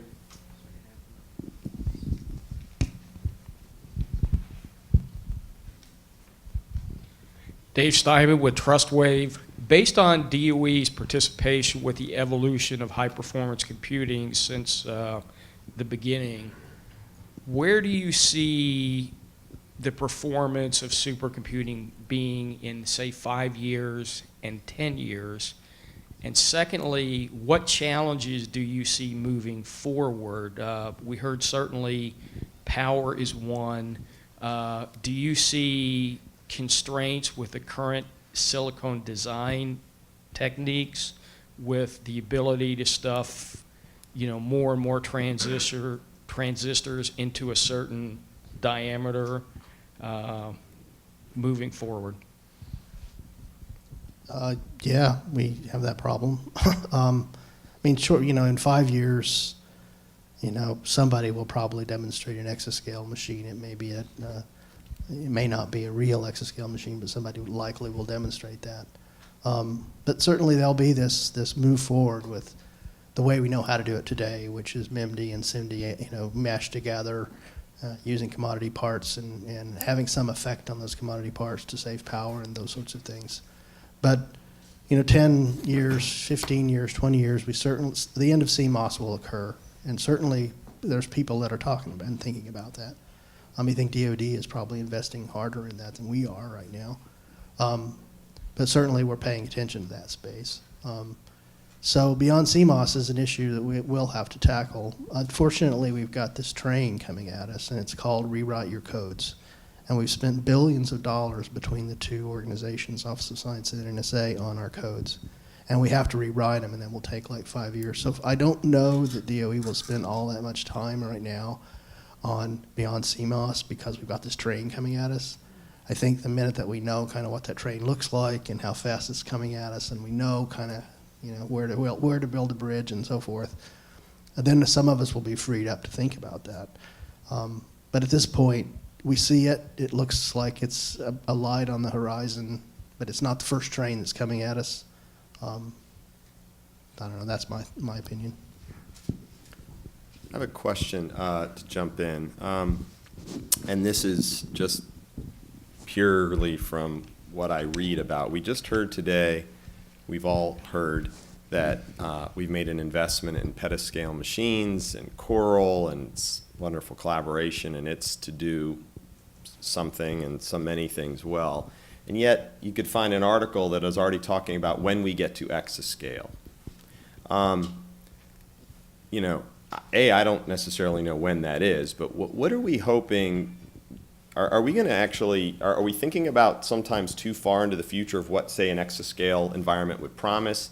Or is it just so far off that the fact that it's mentioned, we want to declare some victory with a petascale machine? What would be something that we can walk out of here today and saying, by doing Coral, that machine, that platform may, and this is being more visionary and paint a picture for us, what's it going to bring to the consumer ultimately? And then what would exascale maybe down the road ultimately, do for us as a country, as a global community?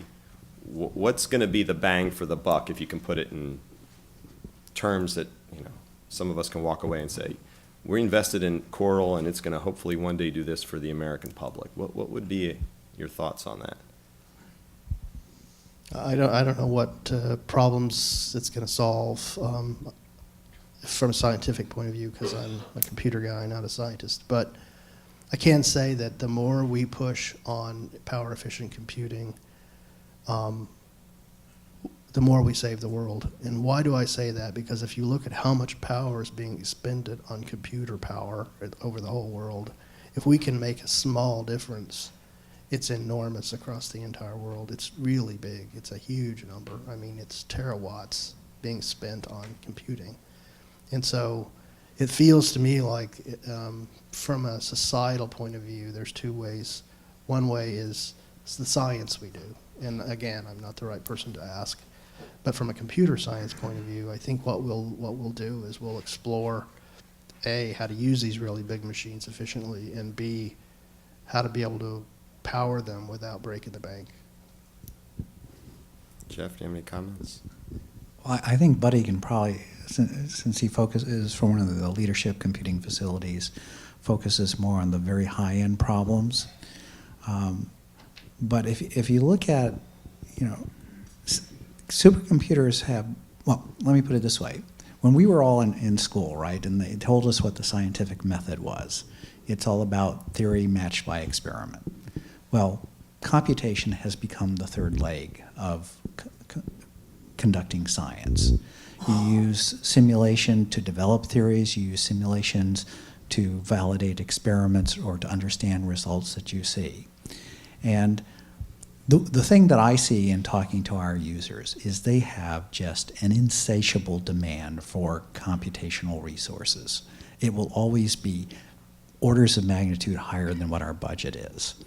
So to me, the question of exascale is how can we economically continue to satisfy the needs to apply computation to science or to the various other aspects that we will see in the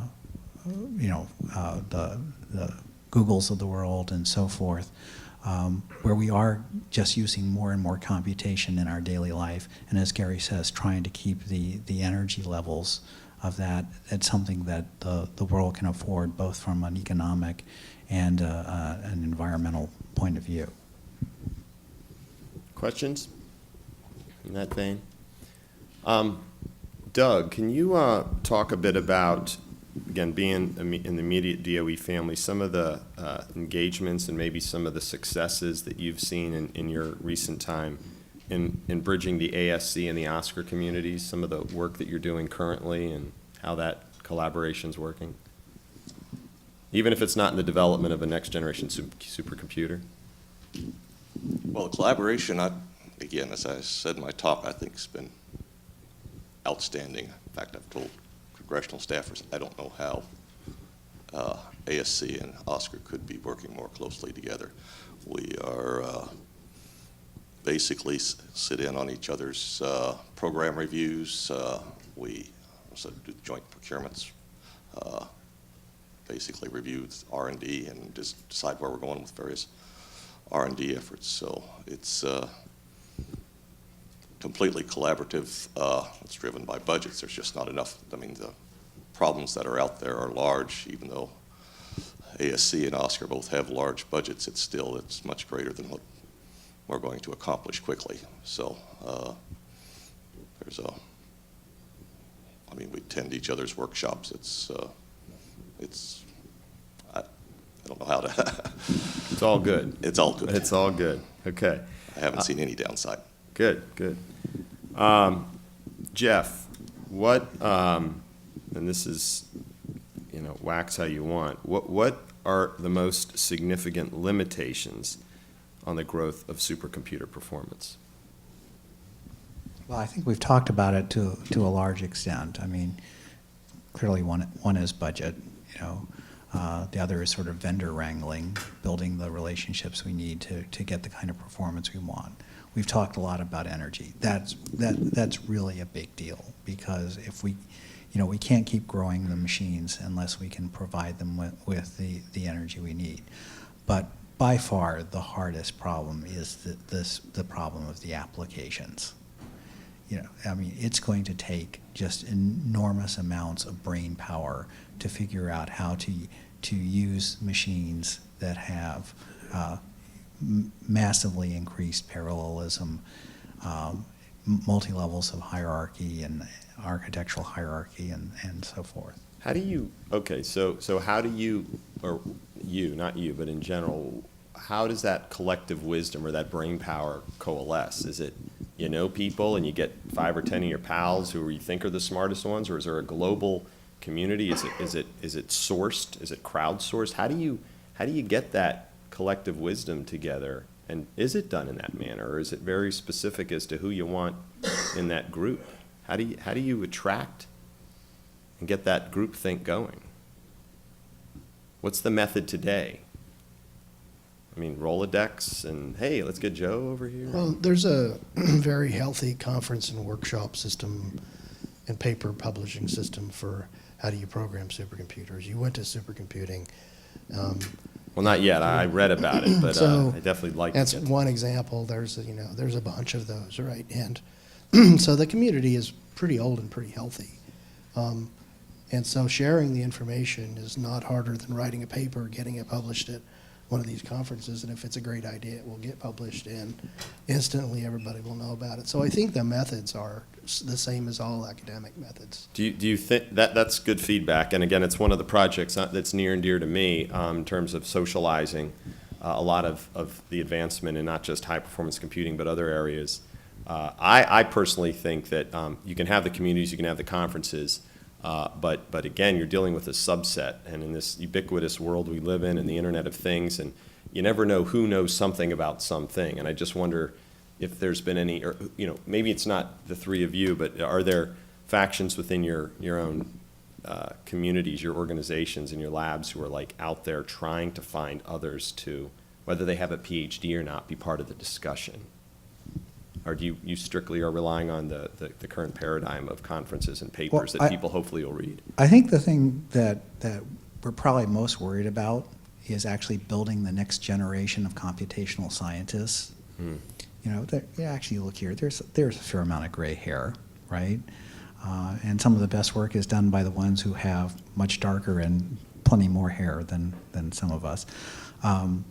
But it really is important to keep the pipeline going, keeping training, keeping the investment from DOE and the other agencies, NSF, DOD, whatever, in giving kids the opportunity to learn the methods and come in with the great ideas that are going to help us, take us to the next step.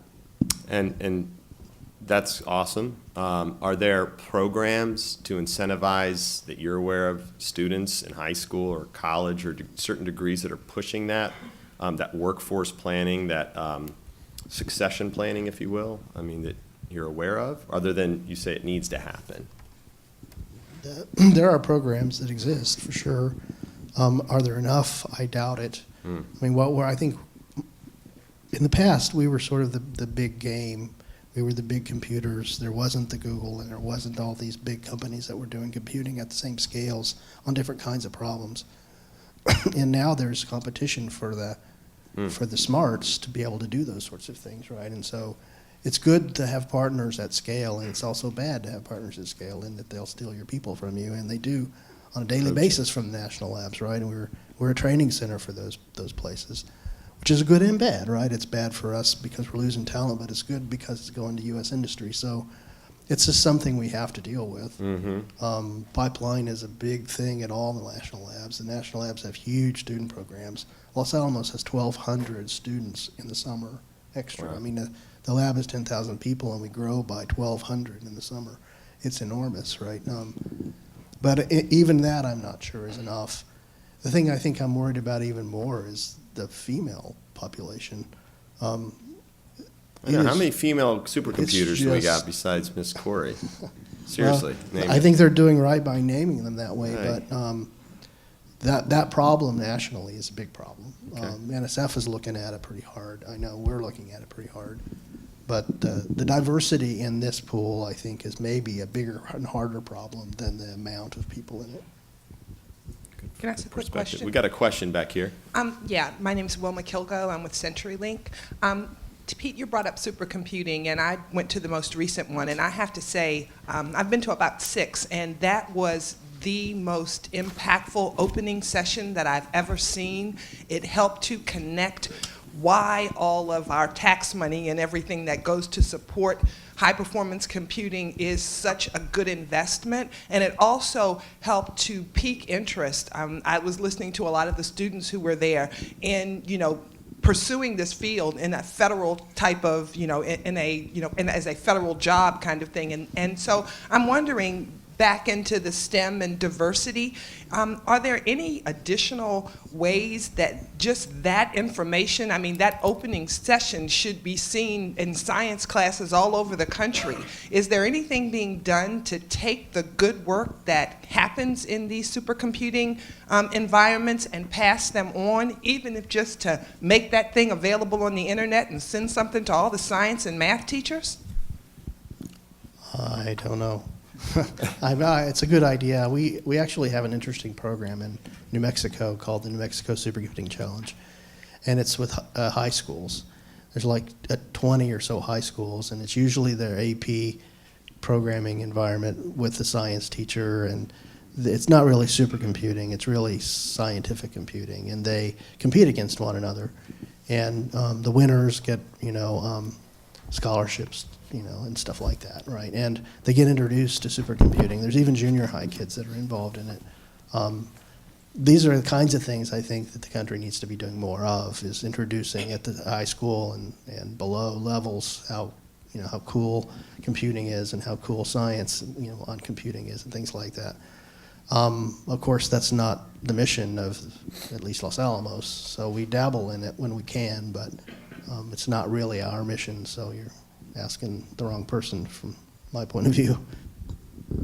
I just want to comment. I appreciate the question, and again, from your perspective, I think we're in the same arena there. I think there's some unbelievable, amazing things that are happening, and it's no knock on the HPC community, but they know who they are and they know who their brethren are. And just the last couple of months, my team and I have been studying this topic, and it's just like, there aren't multiple resources, and then there are the folks actually doing the work, the scientists, the experts like yourselves, but there has to be a PR marketing aspect of this that I can only imagine would entice others who, again, maybe don't have gray hair. Not that there's anything wrong with gray hair, and it doesn't mean you're an old person, but there are folks who may have that interest but don't know how to break into the system or break into the discussion. So I appreciate that. That's one of the topics I'm writing down as a takeaway to see how I can help in that capacity as the CTO. We have time for one more question, or no? Dan, is that a? Yep. Okay, one more question and then we're going to go to break. Buddy has a question? All right. Well, actually, I have a comment on the Buddy, last comment away, but save the good stuff for your talk. No, this is answering your question. So all of the videos from the opening session at the Supercomputing Conference are available on YouTube. So you can get to them if you just Google the hashtag HPC Matters. You can find all of those videos. I've been using those videos in my talks that I've been giving we give 700 tours a year at Oak Ridge National Laboratory to everybody from elementary school students through to VIPs. And I've been using a lot of those videos in my talks that I've been giving recently because I think, exactly as you said, they are very impactful, and it really talks about why HPC matters in day-to-day life. So that's all I wanted to say. Thanks, buddy. We had a question, so go ahead. Tony. Hi, I'm Tony Carrigo. I work for Pete and the partner engagement section. Deal with a lot of vendors. But my question is, you mentioned the procurement cycle taking anywhere up to 5 years.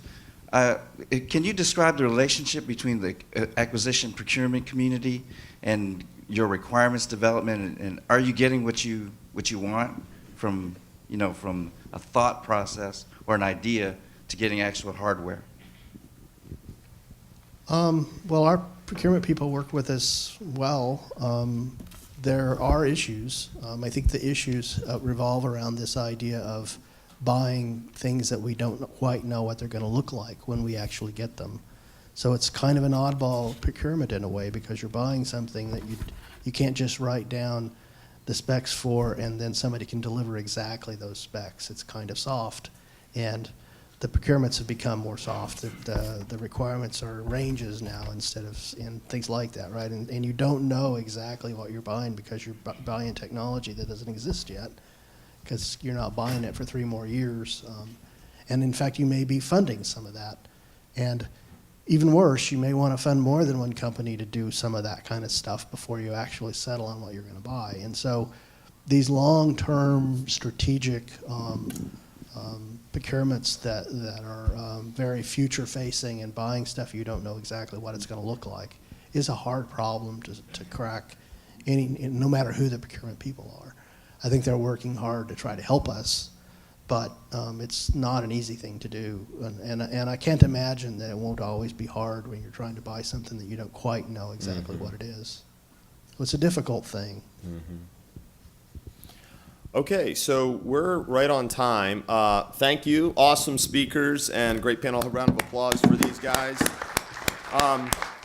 We're going to take a 15-minute break, and please come back. We've got Buddy Bland and Dr. Kuznetsov from the NNSA, who are going to talk about big data, privacy concerns, and of course the awesome work being done in the Coral investment, and then we're going to have another chat. So stick around, and we'll see you in a few. I'm excited. I'm going to say it, Kuznetsov. Yes, all right. And I have a TS in my name, and he doesn't, but he has a T pronunciation, and mine's silent. It's crazy. It's a Greek thing. Anyway, thanks for coming back. Very excited. Got some great feedback on the break. I just want to add that, again, this platform will hopefully spur conversation around. We all know that high-performance computing matters significantly in our country, globally, the Department of Energy's mission. I think we heard that today, that all roads lead back to, the typing, the machine. And just for a minute on my role, I mentioned as the Chief Technology Officer, I have a broad swath here at the department. I have the greatest job in the world in my mind. I mean, I've been in government 24 years almost. And as the CTO, which was an undefined role a few years ago, I have something that I'm excited about. It's the technology roadmap. It's an enterprise roadmap.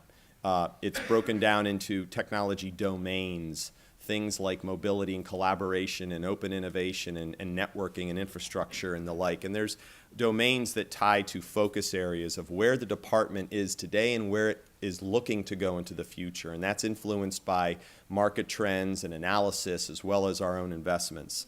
I also have established a technology advisory board, which is my version, if you will, of what I heard today about bringing together collective wisdom in communities of interest. This is national lab CIOs, chief technology officers, program office IT directors, folks who aren't even IT or technologists per se or don't realize that they are, who help shape what are the challenges we as a department are facing and how can we leverage best practices. So a significant role that I play is working and reaching out to and with the NNSAs, the program offices, and the labs. I'm on this wonderful roadshow with some colleagues where when you go to a lab, it's literally exponentially more influential than reading about it online, no offense. I mean, I spent 2 days at Oak Ridge and just spending an hour and a half with Buddy walking around Titan, and once you get past that is as large as a basketball court, as terms of machine.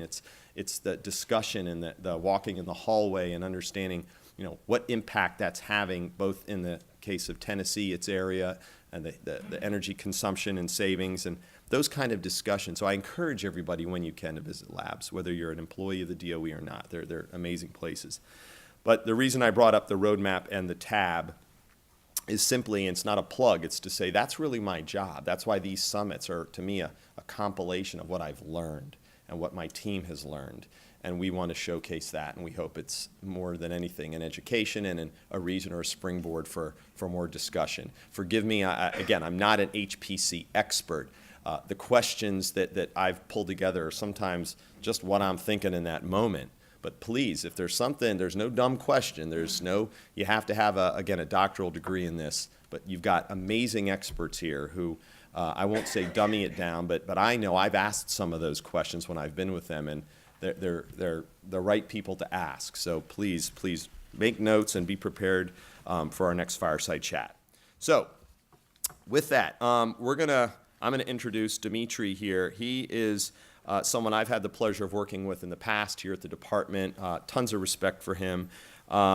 He's going to be discussing big data and privacy and its ties to, again, the technology base, the high-performance computing. Clearly, with big data, how can you not talk about high-performance computing? But I don't have it handy, but there is a document that came out in May of 2014 called Big Data and Privacy, a Technological Perspective. Download it, read it, easy read on the significance and relationship between what we heard today, and that was the evolution of computation in HPC to data mining and analytics. So Dimitri's was a part of that. He was a contributing author, and he'll address, I won't steal too much thunder. But to set a perspective, the computing environment is being changed with the explosion of data from sensor networks, financial systems, scientific instruments, and simulations themselves. There's much potential in gleaning useful information from all this data, the 3 V's, volume, velocity, variety, and others, as we've read about in the past. But with that potential comes both the cybersecurity and privacy concerns. Who has access to what data? Terms like identity management are something that we should be talking about in this realm. Dr. Dmitry Kuznetsov, right?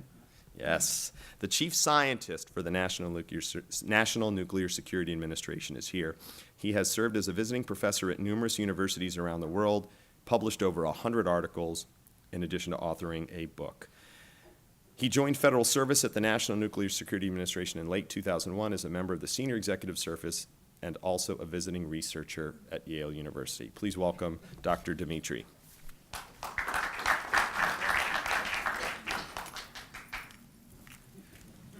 Yep, I think I have the microphone.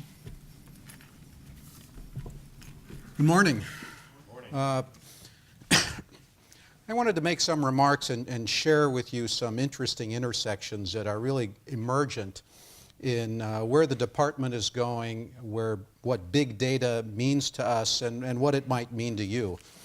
I do want to thank Pete for the opportunity to share some of these thoughts this morning.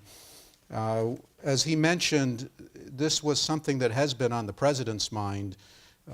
About this time last year, he asked to get some understanding of what big data is going to mean to us as a nation in all of its dimensions. And there were a number of studies that were spawned because of that.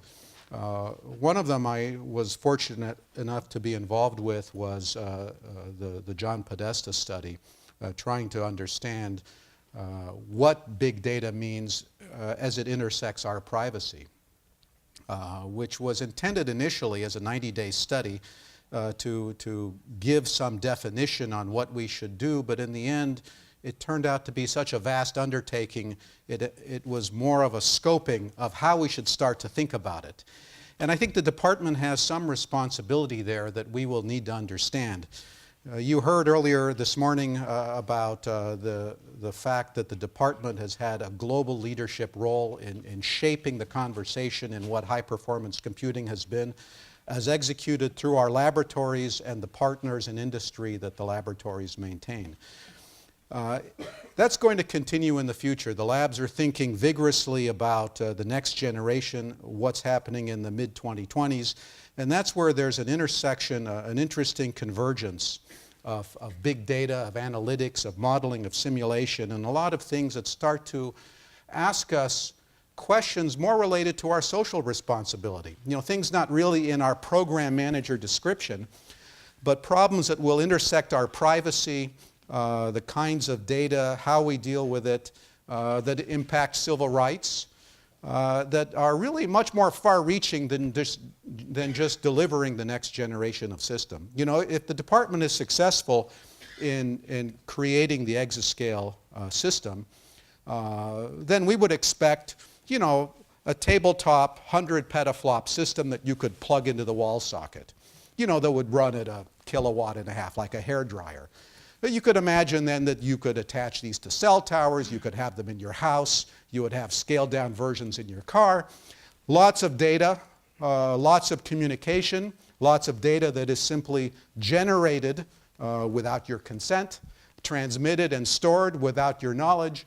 Question is, what does all of that mean? We're already starting to see the beginning of this today. You don't have to look too far when you think about where cars are going, for example. NTSB is planning in 2017 to have the ability for our cars on the highway to create ad hoc networks. So within the vicinity, all the cars next to you can talk to each other, and you will share maybe 30 dimensions of your travel. And so the vehicles can understand who's accelerating, who's braking, all kinds of information. Cars are fairly smart these days. They would expect to have waypoints along the road where you collect this data. Okay, well, what do you think about that? No one's going to ask you, but if this data is gathered and your driving patterns are well recorded for 10 years, who should have access to that? Do you want Allstate to know about this? They're interesting questions. You get in the mail probably every few months notifications from your bank on what they are willing to share and what they don't share. Your privacy update from your credit card companies. You don't have an option on what data you can share. It simply tells you this is what they're going to share, this is what they don't share. And so it's informative, but it is not a decision point. And most of you probably already give away a lot of privacy with push notifications. You log into Wi-Fi networks, as I do when you go to a store shopping with your spouse, so you can read the news or something while they conduct their business. You willingly do this at a Starbucks or a Panera or wherever. You connect, you walk into a CVS, they will track your cell phone. They want to know who are repeat customers, where you are in the store, what you're doing, and they keep that. And there are interesting stories that have emerged already in kind of the data management domain. There's the Target story from 2012 in which a young lady was a teenager, was sent coupons for, I think it was diapers, to her house because Target identified her as likely being pregnant. And when the father saw these coupons, he went to the store to complain, but then ended up finding out his daughter was pregnant. So by tracking customer habits, they took some incentive to align products with intended needs, but things like this happen. And as we think about big data, if you go to Wikipedia, you'll see velocity, volume, and variety. That's not the interesting thing. That's more of an abstraction where you think it's somebody else's problem. But it actually is impacting you already. When a lot of the data right now is stored by third-party data brokers. There is a lot of data simply created digitally. There's a lot of analytics that's done that's invisible to you, that will impact decisions made for you about loans, about any kinds of things that you might be trying to do. There was an interesting report from the Federal Trade Commission also in May of last year, which is worth a look. It's online at ftc.gov, called Data Brokers. And you can just see the things that they track. They track real and inferred data about everybody. If you've applied for a credit card or a loan or anything or filled out paperwork, they will track things on you. They will track, the number of kids you have, whether they're graduating, whether you have diabetes, your cholesterol needs, your religion, your race, your weight, your age. There are, dozens of fields on everybody that are bought and sold and traded, increasingly so as we move into a big data world. Why does the department care about this? Well, increasingly, we are moving from where our center of gravity was in predictive simulation, in data-poor kind of world, to the domain of data-rich, where you have lots of data but no models. The technologies we're shaping are going to start to bring together analytics and modeling, because what you want to know from analytics, the kinds of algorithms you put together to sort through large data sets, are what it means. And what can you predict? And we care about predicting complex systems. The department has important responsibilities in the energy infrastructure, the critical infrastructure in this country. We talk about smart grids. We like to inject renewables. We're talking about microgrids. We'd like people to have renewables at their house that they pump back into the system. A smart grid will know what your power usage is. If you know someone's power usage, whether they're producing and sending into the system or requiring it, you'll be able to tell if they're on vacation or if they're at home. You'll be able to tell if they open the refrigerator. And by the way, if your refrigerator is a Samsung, maybe it's already tracking whether you need milk and communicating that to the database in Korea. And then you have to wonder, you need to get, Paul needs another beer. He's just finished his case. And so, it's transmitted to Samsung. It comes back to your refrigerator. You get an alert. But somewhere someone is analyzing that data and processing it. And the whole issue of ownership is really unknown. The whole definition of privacy is very person dependent. For some, it is observing detection entirely. For others, it is controlling what information you share. It varies person to person. There is no good definition. We see that increasingly as a problem, with medical information. Medical information is protected by 17 fields of information through the HIPAA Act.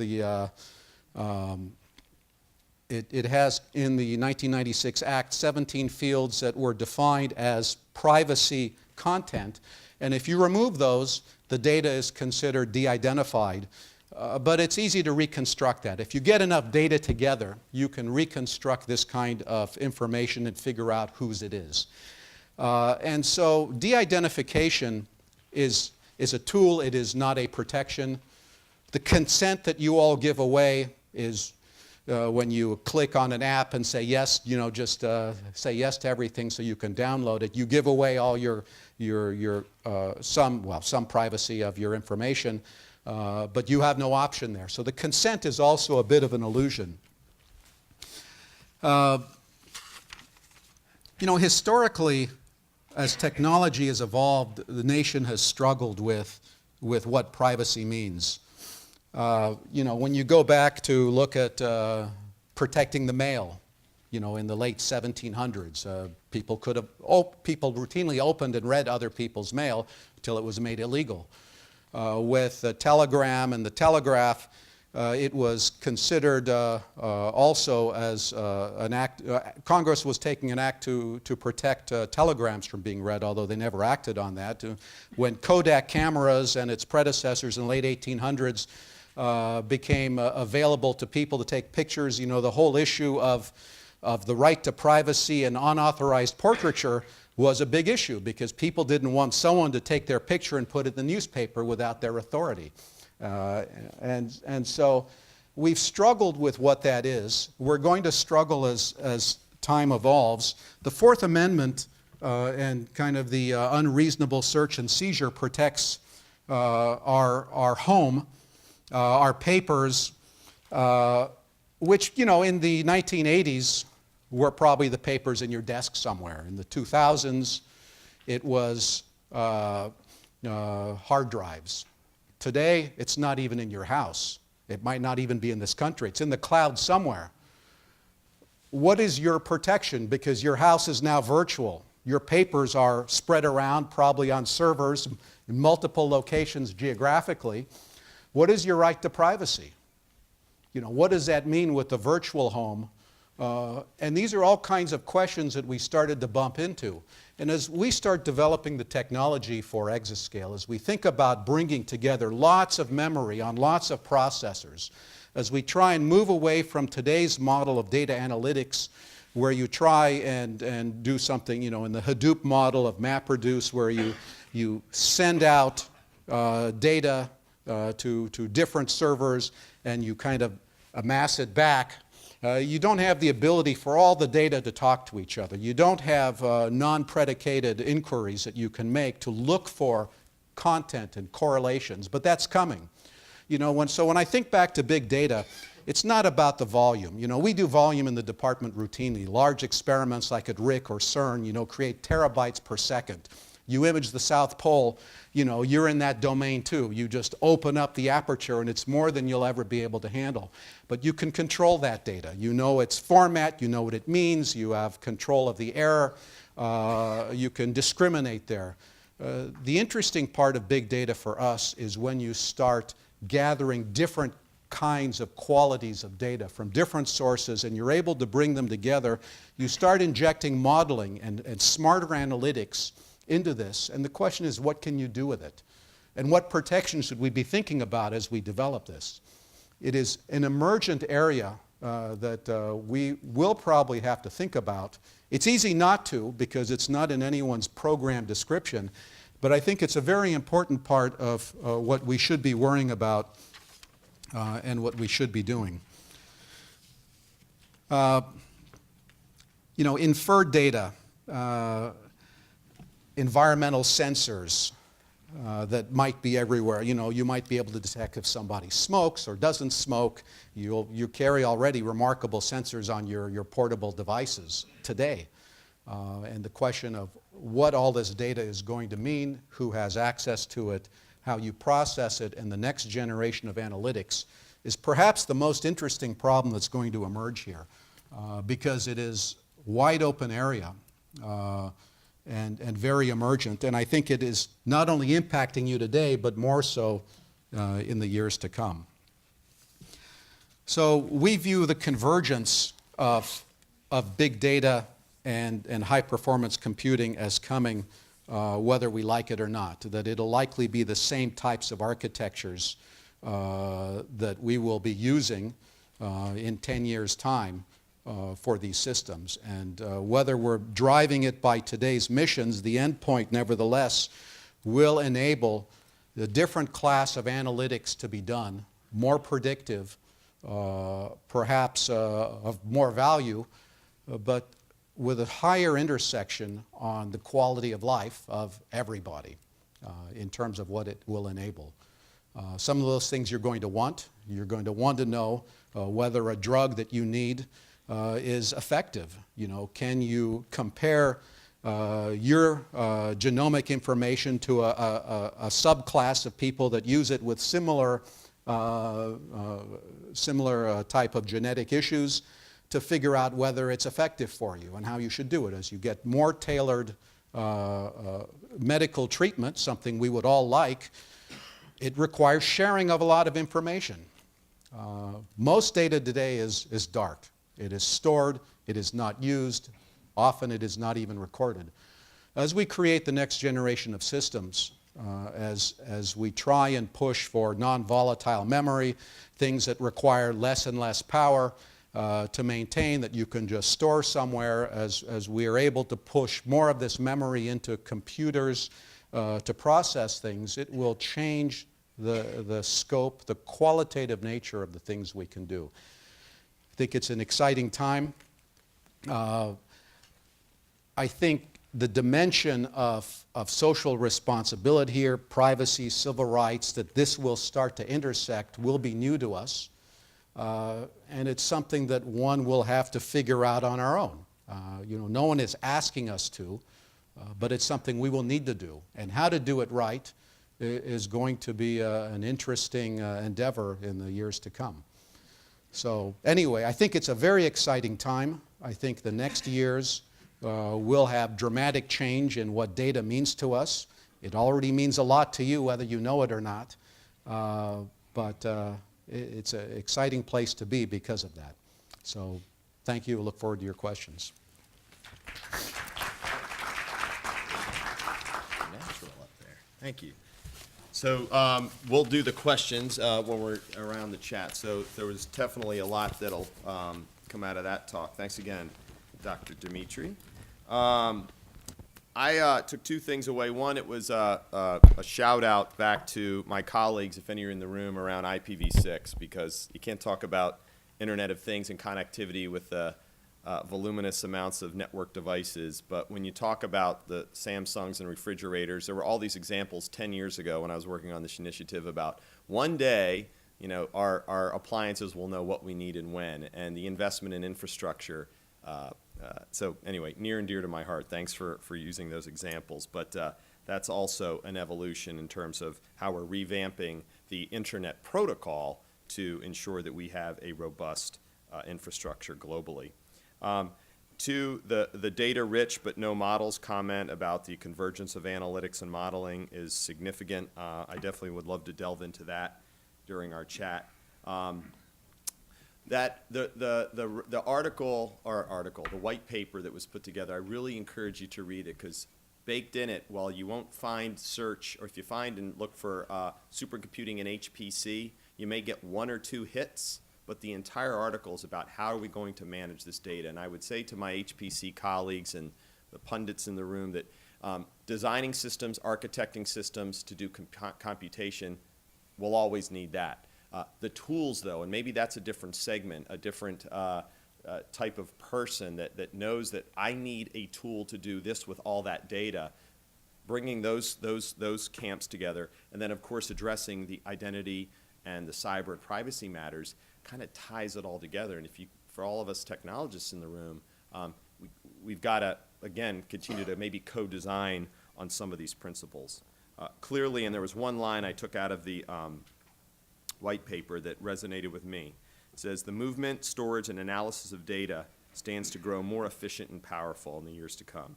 New forms of computer memory and supercomputing frameworks are yielding entirely new classes of tools, driving the big data revolution faster still.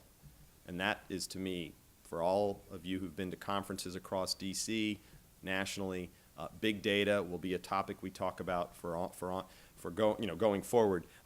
It'd be great if we can create that intersection beginning today on how we have to have that discussion. And Dr. Kuznetsov, awesome job doing that, giving us a taste. Okay, so our next speaker is Mr. Buddy Bland. Again, I got to meet Buddy, so I probably wouldn't do justice introducing him other than saying he's way cool, super smart, awesome personality, great tour guide, if you will. Buddy is going to address, I believe, in his initial talk and then discussions during the chat around the collaboration of Oak Ridge, Argonne, and Lawrence Livermore, the CORAL program. Very significant, very important. Secretary Moniz established this in early 2014 to leverage supercomputing investments, streamlining procurement processes, and reducing costs to develop supercomputers that will be 5 to 7 times more powerful when fully deployed than today's fastest systems in the U.S.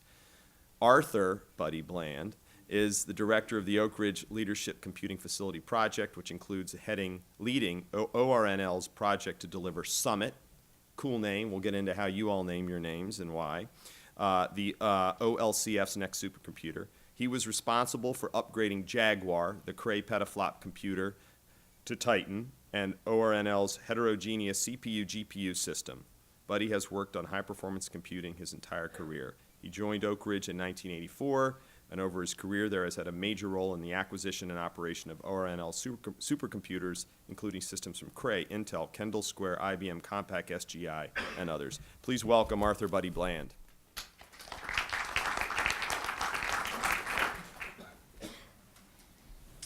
Well, I've never been introduced as way cool before, so. But thanks, Pete, for the opportunity to talk to this group. This is really exciting here. So Gary Greider and Doug Wade talked a bit about the NNSA side of the house. Jeff Broughton started with the Office of Science, and I'm going to talk about the other facilities in the Office of Science. But the Office of Science is really pushing the boundaries of science. The mission is broader than only the Department of Energy. We have a full science mission. We build these giant facilities, these giant experimental user facilities that are huge scientific instruments. So things like neutrons and light sources to understand the structures of materials. We build accelerators to look at the inner workings of atoms. Well, the supercomputers are also user facilities. And they have a much broader scope than any one particular experiment, because you can use these supercomputers for many different types of things. So you know, and these things are at all scales. So we can go from the scale of the size of the universe to the scale of, you know, femtosecond measurements of activities that are going on inside of fusion reactors. So looking at things like supernovas and how they, why do stars explode and what happens when they do. You know, that's not an experiment you can kind of do in a laboratory unless you have a Death Star, and not too many people actually have those. You know, climate change, we talk about what can we do about, there was a question earlier about what can we do about climate change, and you know, the supercomputers are really a tool that help inform policymakers. The supercomputers aren't going to change the climate, or at least we hope so, as long as we you know, keep the energy down. But informing policymakers, they are the ones who are really going to have to make the changes in what actually happens in the climate. Earlier was mentioned CASTLE, and I'll talk a little bit about that, but the doing simulations of nuclear reactors. We're working very hard to understand exactly how nuclear reactors work, do full modeling and simulation of those to build safer, more reliable nuclear reactors for our energy problems. And then discovering materials properties. So being able to understand and design materials that have specific properties, whether they be metals or whether they be drugs, are very important things that we use these big supercomputers to do. And we also use the other scientific facilities within the Office of Science. So we have people who will use the spallation neutron source to look at the structure of materials and use the supercomputers to predict the structures of materials and help guide all of this together. So we all work together within the Office of Science. And the Department of Energy's Office of Science is responsible for providing the largest supercomputers in the world as scientific instruments for the open side of the science. We don't do the classified side, we do the open side. Okay, what am I doing wrong here? So it's always good to start with what have you accomplished with this? And so these are just a few examples of some of the problems that are running on the big supercomputers at Oak Ridge and Argonne in our leadership computing facility. In fusion energy, you know, fusion energy has the promise to harness the power of the sun, fusing hydrogen atoms into helium atoms and getting energy out. We've done work on trying to understand turbulence inside these fusion reactors, which is a major issue in understanding whether you're going to actually be able to get energy out of these things. You've got this 100 million degree plasma and you've got turbulence in it. You got to make sure all of this stays contained. You don't lose the heat through all these various mechanisms. So fusion energy is a big aspect, a big user of our facilities as well as the nurse facilities. I think I saw it was maybe your #1 users. Nuclear reactors, we mentioned CASTLE. So modeling the CASTLE team is modeling the Westinghouse AP1000 reactor and have done now full simulations of the nuclear reactor through the startup phase of the reactor. I mean, this is a huge deal. You know, this is not something that, as Gary showed us, gets done with slide rules. I mean, you can do some predictions and so forth with those, but you got to make a lot of assumptions to do full modeling and understand exactly what's going on inside the reactor and all the neutronics and all of everything. This takes computers that are the size of Titan and you know, other large machines. And even with those machines, we can't do everything we would like to. The scientists still have to make assumptions. Turbo machinery. So one of the more interesting things in the science on the energy side is how do you deal with the CO2 problem? Well, what does that have to do with turbo machinery? Well, we have a company called Ramgen who is working on the shockwave compressor that can compress CO2. So if you can take the CO2 that's coming out of a power plant and you can compress that down to a liquid, then you can actually store it before it gets out into the environment. And as, was it Jeff that was talking about reusing CO2 for chemicals? So you got this CO2 in a liquid form. Now it's maybe a lot easier to reuse to make various other chemicals. So this is a very small company working for the Department of Energy using Titan and its predecessor Jaguar to understand how to compress a gaseous CO2 into a liquid. And that's really expensive to do. It's hard to do. So they do that with this turbo compressor, which can do it at a third of the cost of doing it with regular compressors. Ice formation on wind turbines.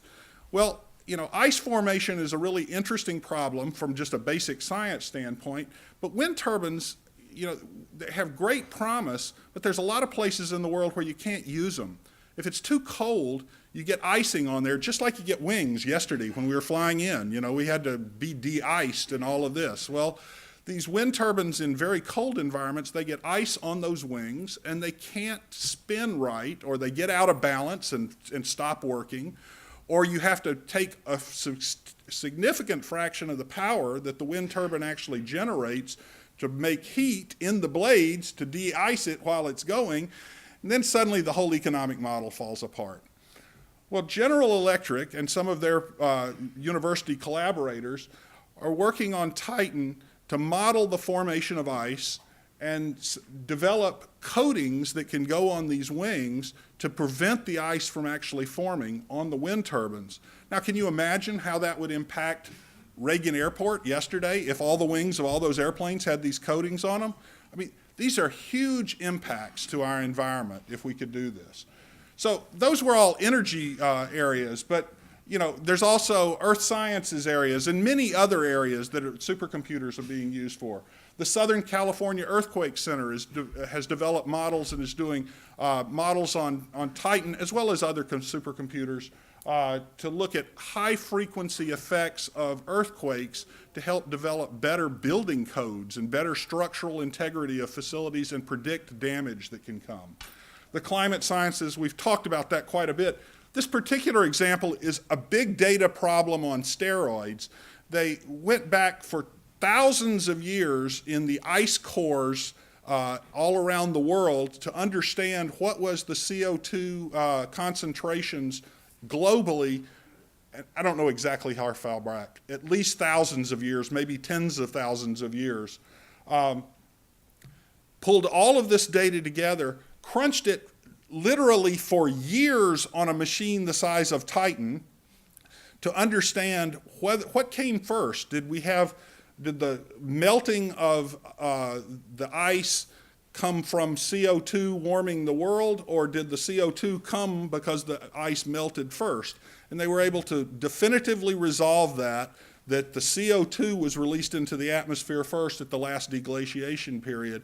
That heated the atmosphere, which caused more ice to melt. So getting that kind of information for policymakers is really important.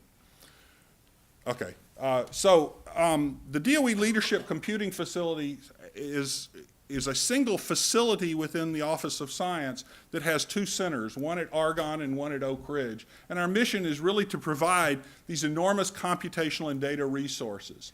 It has a highly competitive user program. We've talked about the competitions for access to these machines, but we have National Academy members and department chairs and, you know, important scientists from around the world who are on the review committee. We typically get 3 times more requests for time on the machines than we have time to give. And the result of this is NERSC has 5,000 users and 600 projects. We typically have 30 to 60 projects a year.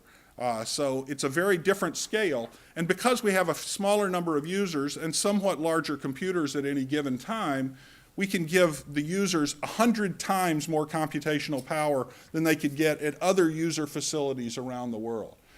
The two facilities have 2 different architectures, and that's important because of the needs of the scientific community to have different types of architectures for different types of problems. And just as Gary mentioned, Los Alamos and Lawrence Livermore, typically you would use different architectures. This is kind of a way that we do this within the Office of Science.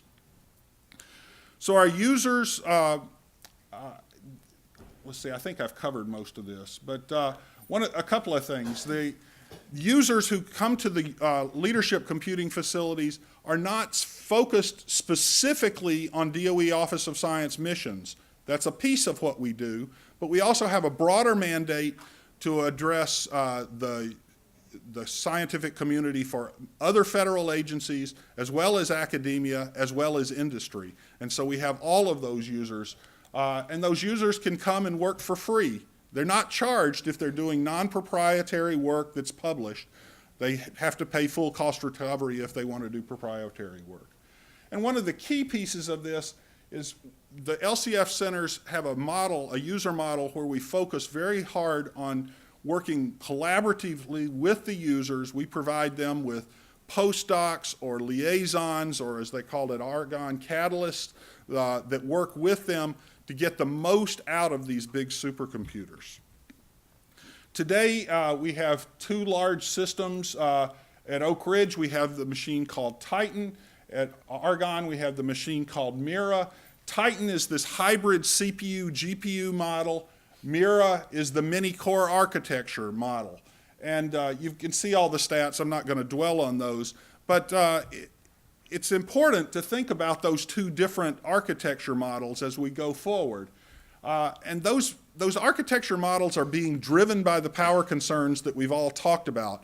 So the computing industry has developed these energy efficient chips like the GPUs and like the mini-core architecture because they really do address the energy problem. They can do much more work for the same number of watts than a typical full performance Xeon or IBM Power or AMD x86 processor can do, because they're really focused on doing that computation. And we would expect going forward that we will continue to see these two architectural trends going into the future.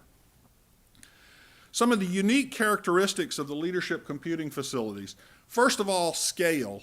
I mean, these are huge machines with millions of heterogeneous cores or processors, all interconnected with very high bandwidth, low latency networks, and all working together.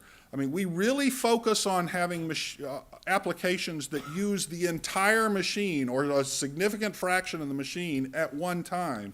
And so the system software, the communication and math libraries and applications all must scale up to this extreme size. That's one of the big differentiators from the cloud. The cloud, you typically are running on one or two nodes or a small number of nodes because they don't have this rich interconnect that allows you to run on thousands or tens of thousands or hundreds of thousands or millions of cores. The infrastructure that's required to put these together, as others have said, these machines are the size of a basketball court. That's quite literally true. They use up to, Titan uses up to 9 megawatts of power. And, you know, the city of Oak Ridge, a city of 35,000 people, uses 100 megawatts. So this is like a town of 3,000 people for just one computer. They have to use liquid cooling for the efficiency to be able to get all the heat out that all that electricity generates. Reliability is a huge deal. I mentioned that the climate application that ran for 3 years, that wasn't 3 continuous years, obviously. Other people ran on the machine in there. But you're running for very, very long time on these machines to solve some of these problems, even as powerful as they are. And so we need extremely reliable computers and algorithms to deal with when the machines are not reliable, because with tens to hundreds of thousands of nodes, you know there are going to be things that are failing all the time just because of the mean time to failure of the individual components. And so we have to do a tremendous amount of work on the reliability of the applications. The user model, these are user facilities where the where we do work very closely with the users, and they have to work hard on getting the applications to run well. So the next step is Coral. The Coral acquisition is something we've just almost completed. So it's a collaboration between Oak Ridge, Argonne, and Lawrence Livermore to deliver 3 systems in 2017. And this was put together by the NNSA and Office of Science. The approach is to develop a single RFP that was issued by Lawrence Livermore.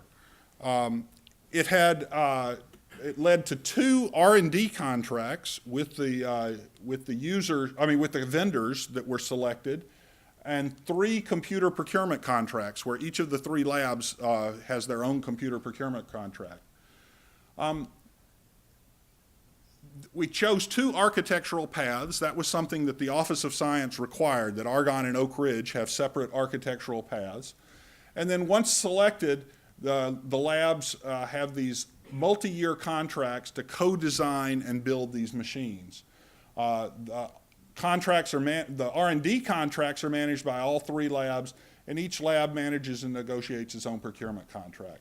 And one of the goals of all of this was to save money for DOE and the vendors. It cost millions of dollars to respond to one of these RFPs. And so by issuing 1 RFP, the vendors who bid on it could have 1 response and have a chance to get, one of 3 computers that were being built. So the benefits to the lab, these long-term ongoing relationships with the vendors. We jointly identify and assess and develop the solutions, and they're co-designed, backed up by R&D funding. Having all 3 labs working together really provided a much richer technical base. So instead of all focusing on the last machine that Livermore made or Argonne made or Oak Ridge made, we could learn from each other, and that was really helpful. And it provided a risk mitigation. If one of these computer vendors, for whatever reason, has a technology or just a business problem and can't deliver, we still have machines to go forward with.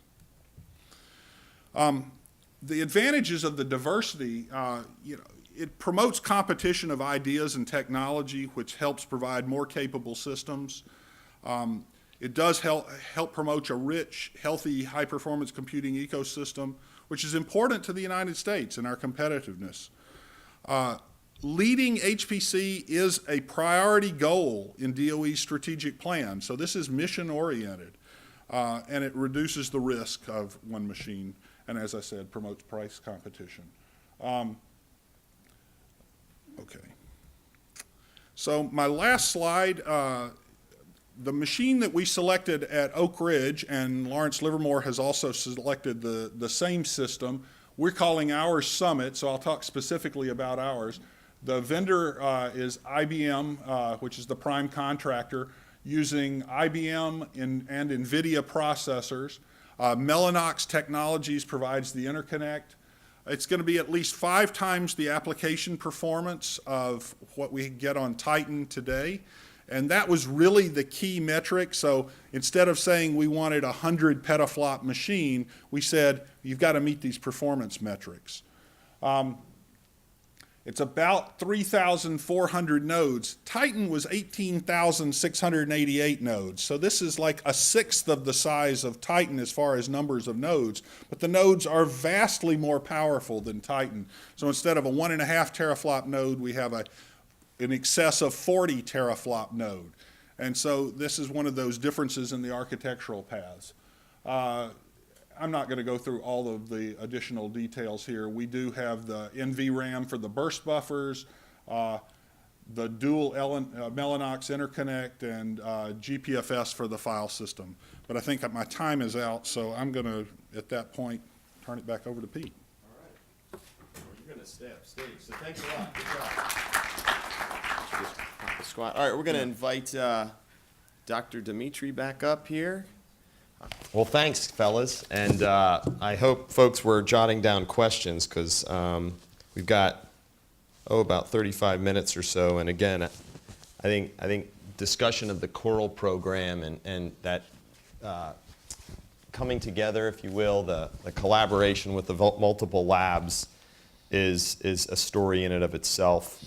And then from a data perspective, I think Dimitri, for those of us, again, who are following this movement around open data, the cross-agency priority goal on lab to market and the data that's being developed, not only in our national labs, but all of the federal labs, and putting that data outside so that entrepreneurs and consumers can do things with it.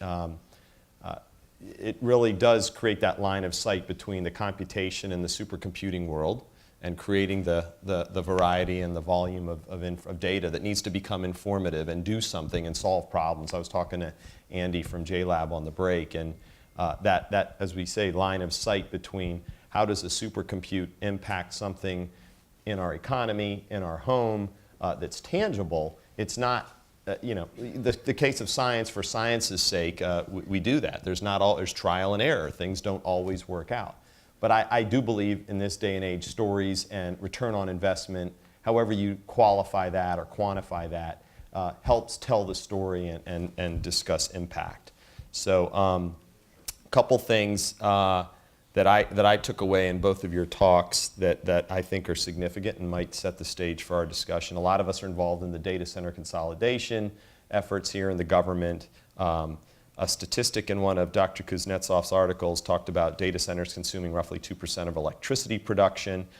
That's significant when you're talking about, well, how can we scale down? What technologies can we put in place to reduce that carbon footprint of a data center? But at the same time, what impact does that have on energy and the production needed to run a facility? So terms like liquid cooling, which I've read a lot about, and would love to talk a little bit about that and what it means potentially to this next generation environment. Rich interconnects are another technology or a term that are part of my vernacular now when I understand what is the architecture of a supercompute platform and is significant and what distinguishes it when people try to say, well, a supercomputer does this in Department of Energy, but doesn't Amazon and some of the other entities, the cloud providers, can't they do the same thing at a cheaper price? I think that's worthy of maybe a discussion of how complementary these are, and it's not a black or a white, but there are clearly distinguishing characteristics, and I appreciated the reliability testing. So I'd like to kick it off with a question or two, but please, we're talking about, I think, two paradigms: the data perspective, which is not going to stop. We've been creating volumes of data, petabytes of data, exabytes of data. The question is, what are we doing with it? What's it turning into? And I think that could frame some of our discussion. So if I can kick it off, Buddy, since I was there, just to put it in perspective, you had a lot of metrics up there regarding the architecture of a supercomputer and who has to be involved in some of that decision. Clearly, a number of vendors have to be involved. But can you speak to some of the advancements that you've seen in the last couple of years, or you think that are significant enough to say, when you took me through the tour of the facility, that would resonate with this audience in terms of what innovations had to happen in that area of cooling this stuff down, because it runs at a pretty high clip? Yeah, it really is. When you put 9 megawatts of power in, you got to get 9 megawatts of heat out, and that's a tremendous amount of heat out of a building. And when we designed our computer center, it was really designed for air cooling, and in order to get that much air cooling, we would have had to fill the room completely with air conditioners, and you would have never been able to put a computer in the room. So we had to come up with a way of doing better cooling technology. And this was something that was done in collaboration with the Department of Defense and the HPCS program. And they worked on developing liquid cooling technology where you have, in the case of Titan and Jaguar, its predecessor, we have radiators on the top and bottom of each of the cabinets with a big fan blowing the air up through all of the electronics. And so the air comes in, goes through a radiator, and is cooled to a fixed temperature, goes through the boards, comes out at the top at like 120 degrees Fahrenheit. And it goes through a radiator again, which, did we lose me? Yeah. Goes through another radiator where it is cooled back off. And that radiator has R134 refrigerant, the same refrigerant that's in your car air conditioner, but using a different thermal cycle, so it doesn't have an expansion valve and a compressor. It's just liquid R134 flowing through there. It vaporizes the R134. That takes the heat away. It comes out of the top of the cabinet at 68 degrees and stays in the room. So that's a much more efficient way of getting the heat out of the computer. And they've developed even more exotic techniques for the Summit machine, but most of that's still under non-disclosure agreement, so I can't talk about the techniques. But they're refining that even more so that you will be able to get the heat out using warmer water. Today we use 42-degree water in our computer center, but if we could use 68-degree water or 90-degree water, we wouldn't need to have big chillers and big compressors. And so, as Jeff said, he has the advantage of this wonderful climate in the San Francisco Bay Area where it never really gets all that hot. Tennessee, it gets hot and humid, and so we live in a swamp sometimes in the summer, and so trying to use that free cooling, environmental cooling as he called it, is harder to do for us, but we're going to be able to do that with Summit because of advances that we've worked with the vendors on being able to do. So, quick follow on, the phrase, if it ain't broke, don't try to fix it, or if it ain't broke, it'll continue to work forever. A lot of the commodity hardware and architecture that we use on our daily basis, or those of us who've worked in data centers and the stuff behind the wall, the plumbing, they don't necessarily break one day. Parts may become end of life and you have to retire systems. Can you paint a picture of what is a typical reliable or usable lifespan of a supercomputer, and when do they get retired typically, and is it what I would think would be they cost too much money to run? I mean, what are we talking about here? Because clearly they can continue to work, right? Well, they'll continue to work for some period of time. At some point, the components will wear out and stop working, just like your laptop or your desktop computer. The life cycle of most of these computers is somewhere in the 4, 5, 6 year range. And at that time, really the cost of running that computer, combined with the advances in technology that make the same amount of computational power much less expensive to purchase, means that after 4 or 5 years, I could throw that computer away, go out and buy a new computer that had the same capability as the old computer, and the cost of running that, leasing that computer, and the cost of running that computer would be less than just the cost of running the old computer. So they really do have a lifespan of somewhere in the 4 or 5 years, and then we turn them off. Yeah, your metrics were pretty significant. 5 times faster, fewer nodes. I mean, that's a picture worth 1,000 words. So jumping over to Dimitri. Dimitri, I'd be interested in that. I've been tracking the open data movement. I am the lucky one who is working with a number of folks in the room here on our cross-agency priority goal regarding open data. Which is compliance driven, but also I think has an element of what are the agencies doing to get their arms around the data that they create, that they collect, that they analyze, and easier said than done. It's essentially why we're seeing a lot of the chief data officers pop up around town, and there's no silver bullet, but it's building a data management practice, and we're doing that here at the department. I'm very excited, and I'm sure we'll be working a little more in concert.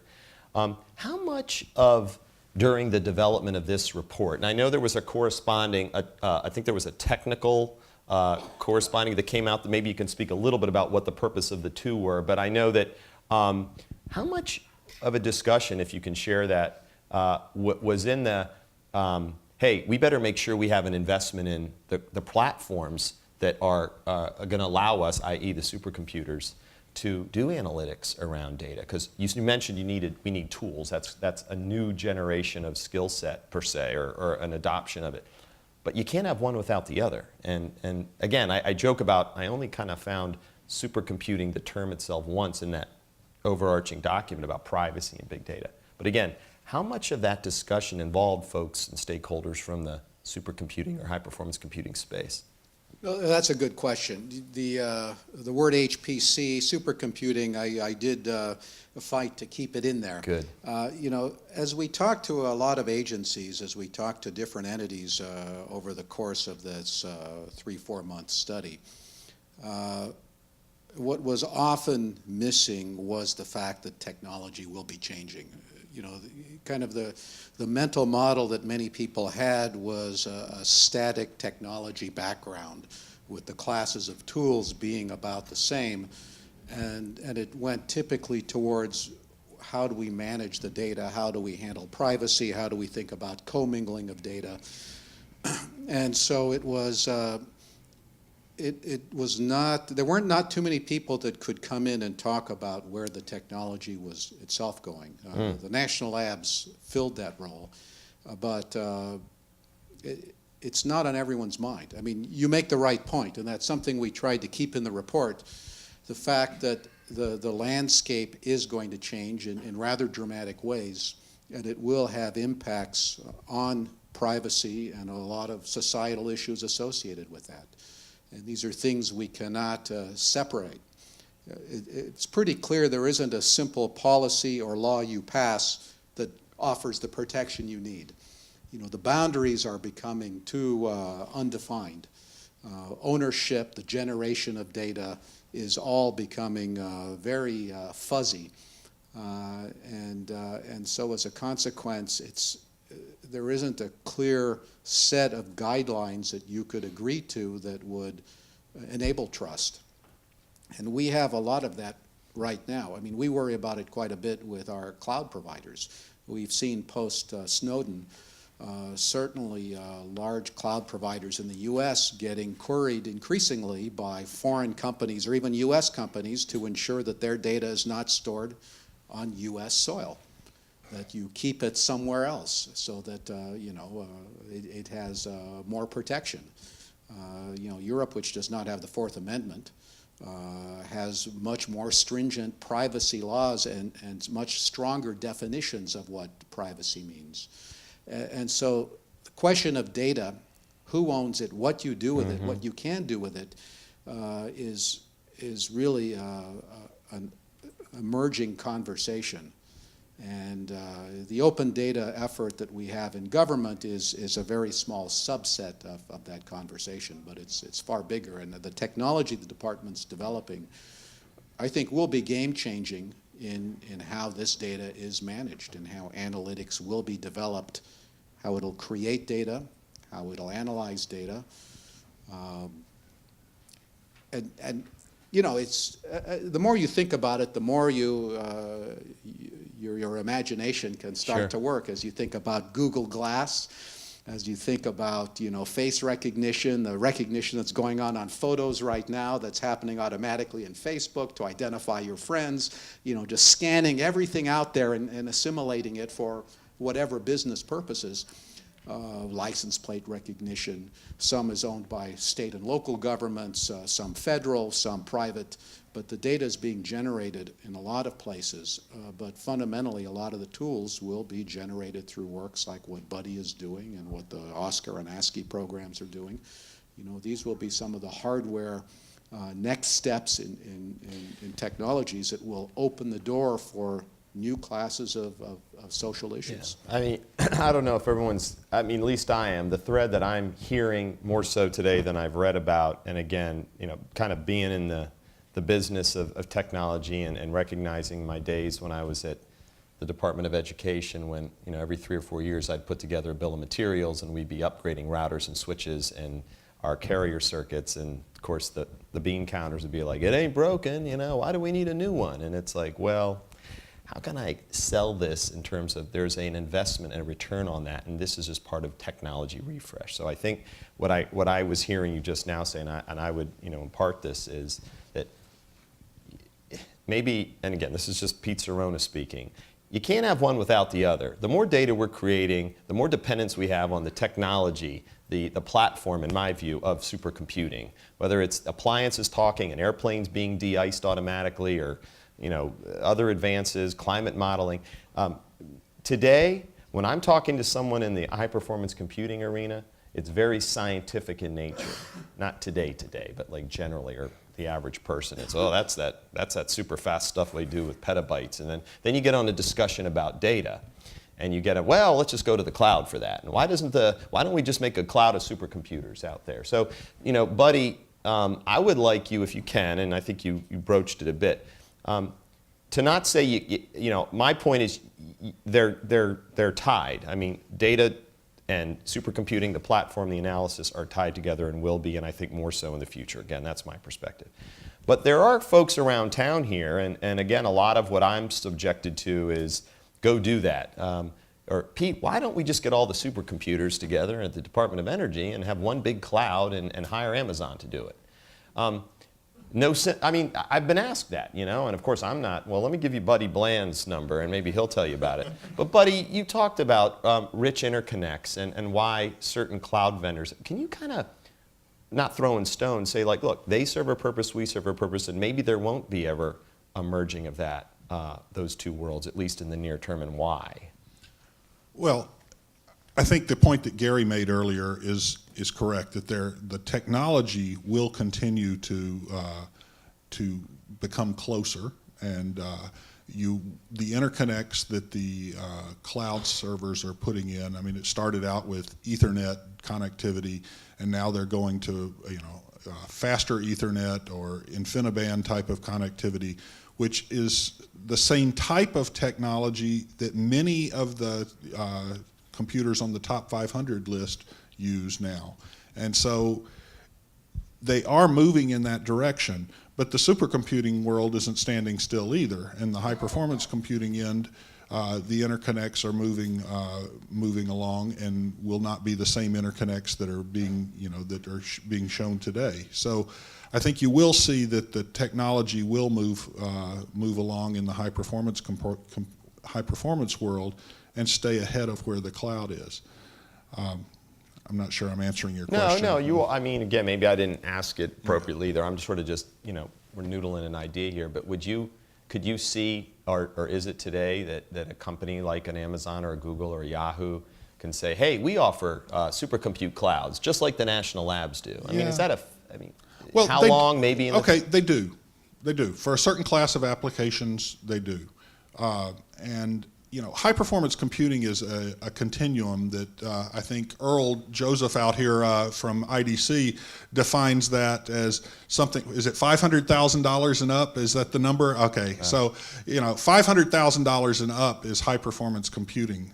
Well, there's a big difference between a $500,000 computer and the machines that we're buying today that are $100 million plus dollars. And so at the highest end of high performance computing, there's always going to be a lot of customization to be able to get the highest performance out of these machines. Another thing is, from a cost model, Amazon assumes that the cost of that the utilization of their servers is going to be somewhere in the 20, 30, 40%. And so they've got to make all their money with 40% utilization. Our machines are 100% utilized with a multi-week long backlog of jobs waiting to run. So if we were paying Amazon using their current cost model to do things, we would be paying them more than twice as much as what it costs us to do the work ourselves. So it's not clear that that's a good model for what we do.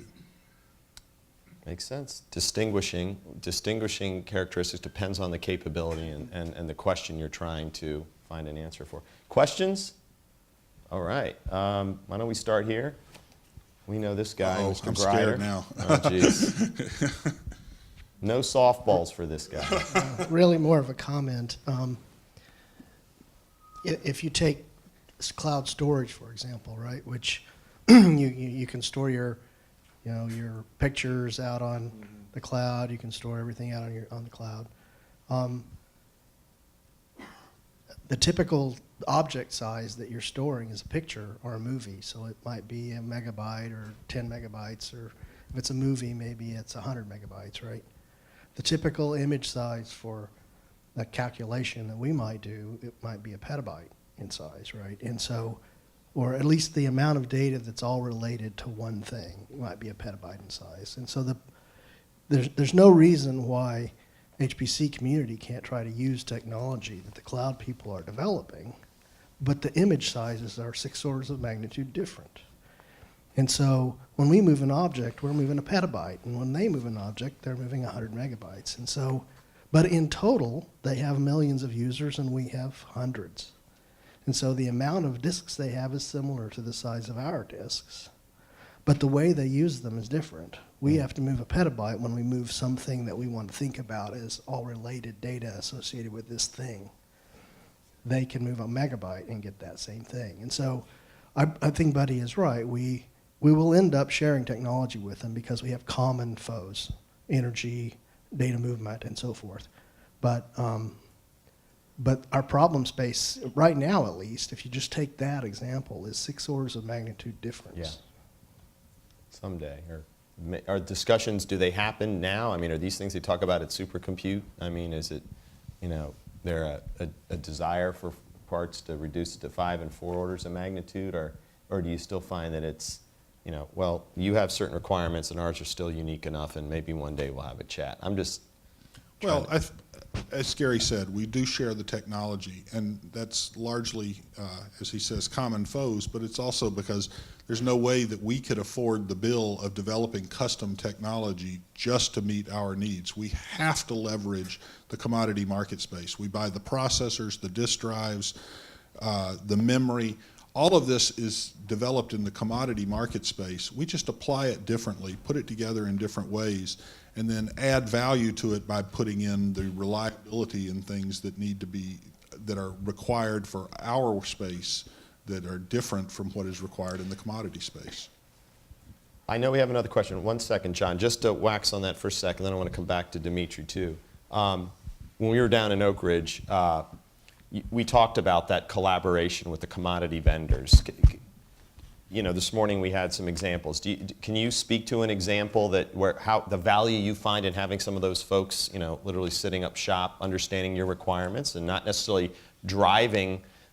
You say what you need, and we will go build, buddy, or what have you. How does that, in your view, work? Well, we have vendor people from Cray, IBM, Intel, Mellanox, and probably more that I'm not thinking of, that actually have offices in our building at Oak Ridge, so that they can sit down and work with our users and work with our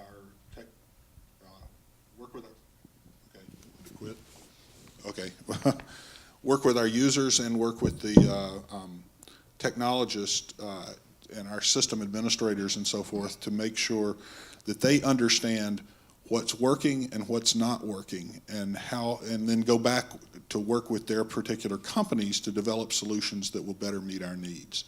And so this is really part of this co-design that we've all talked about. They want to understand what we're doing, and then, because 3, 4, 5 years later, this is showing up in the commodity space. The same requirements we have today, the commodity space is going to have in a few years. And so they get a head start on working on that technology by working with not just us, but with all the national labs. That's a great story. I think just, the public-private sector and, does it happen? Of course it does. And I think, again, you learn these things when you talk to the practitioners. John, go ahead. Do you see quantum computing as a disruptive technology, and do you have any estimate, like in the next 20 years, we'll see significant use of quantum computing, because in theory it is a very interesting technology. It is a very interesting technology. We have a quantum computing laboratory at Oak Ridge, and it's disruptive in that it's where I need to put some new chillers for my next computer. But that's not exactly the answer you wanted, is it?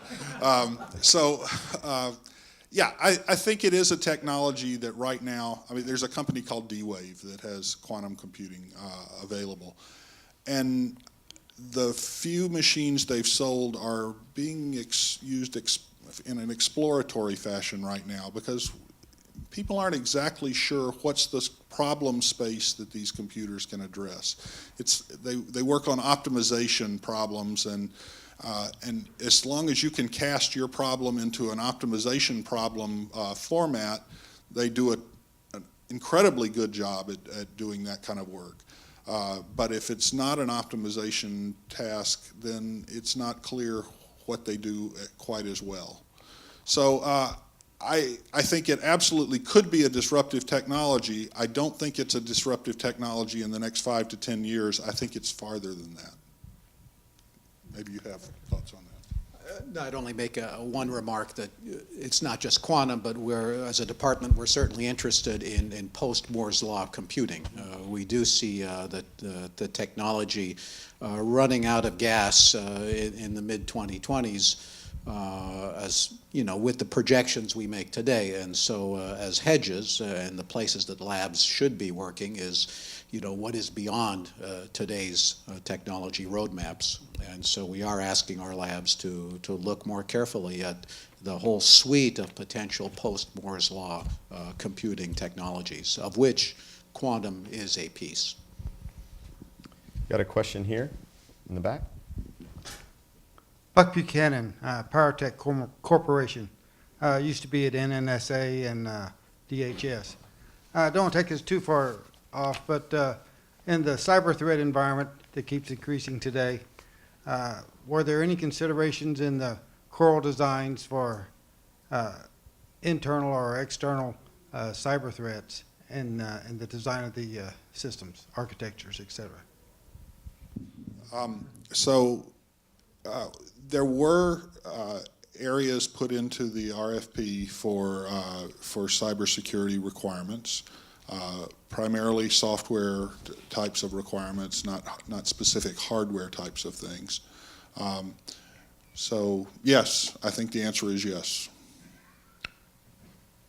If I can jump off of that question, and I was going to actually ask Dimitri, you know, privacy, obviously tightly coupled with identity management. We're seeing a lot of push out of the White House, the identity credential and access management guidelines that is to me about, you know, we create a lot of data, you know, there's identity management, who you are, credential management, how do we know who you are, and then there's that, should he or she have access to information, access management, the three elements of ICAM, identity, credential, and access management. I'm sure the answer is yes, but I was wondering, again, in your discussions and in the white paper, because I see a tight synergy with that. We're creating a ton of data. Now we have to start making sure the right people have access to it. And I don't know if that really falls in the design of a supercomputer, but clearly in policies and potentially other tools that will protect data in a manner that meets the ICAM requirements. So can you speak a little bit, at least from your perspective, on privacy and identity, and then how it ties back to maybe some HPC design down the road? Yeah, I think these things are becoming increasingly tied. This did come up a bit, but it's a harder one to understand. As you've heard in the talks today about exascale and next generation, data movement is an important part for the power envelope. Managing data, where it is, how we move it, how we control it, is important. As we heard about, the last question about cybersecurity and whether you're building things into it. The protection, the self-awareness of what you're doing with the data is increasingly on our radar as we try and figure out the algorithms and how they'll be tied to the architectures. So it's got to be part of the conversation, but again, I would say it is more emergent. But there are still parts that of this that are interesting to think about. I think with emails, for example, we worry about cyber threats. Take a lab like Sandia, where emails are processed every night, and then analytic tools are used to figure out, is there anything in there that we should worry about? And some are selected for analysts to take a look at before the next day. Increasingly, we worry about attacks against our labs in cybersecurity with spear phishing, and a lot of what people do is increasingly on social networks outside the lab, outside of that space of data, where ICAMs and the spirit of what we're doing would be monitored and controlled. How does that work? How do we start thinking about people's identities that they put out there on the networks that are in the public domains on social networks that could be then used as a potential attack vector for cyber? where do we draw the line? What do we look at? What shouldn't we look at? I think it's unclear. You know, there are simple things one can do in terms of data where you can associate it with who created it, who should look at it. But I think there's a lot more out there that we're going to have to think about it where it's unclear. Yeah, that's a good point. And again, if we'll come right to this question, we said at the outset, one of the hopes the team, when we developed this program, we hoped would come out, an outcome would be, it's not just about computation anymore, and it's not necessarily, let's put it on the supercomputing community to start building cybersecurity and identity management into it, but to have that discussion at the time when architecture is being defined. I think to the gentleman's point in the back is we have to think about that. We can't just say, oh, cybersecurity will take care of that. I've seen comments in articles around big data that, well, with regard to identity and opening up data sets, the cyber people and privacy folks will handle that. So I think just again, from my seat, and you know, I think in a way I'm excited to have the identity program along with advocating for supercomputing and high-performance computing, in other words. You kind of can't just have one without the other in separate camps, and why I'm working tightly with our Chief Information Security Officer and the identity community is coining a term, secure transformative innovation. We've got to, we know innovation's happening, we've got to wrap cyber or identity. I mean, cyber's now morphing in. Is identity part of cyber or is it separate from? But we gotta continue. I think you and I have an opportunity to do that in our platforms to really make sure that the right people are at the table, because I think future, as we see the convergence, cyber security, identity management, information management, data management practices will need to be built into architectural supercompute design. Anyway. Yeah, Bryce Hall from Office of Emergency Communication. Wondering, one of the few of the things we're looking at is big data. We're looking at the LTE network. We're also looking at the issue of the smart grid.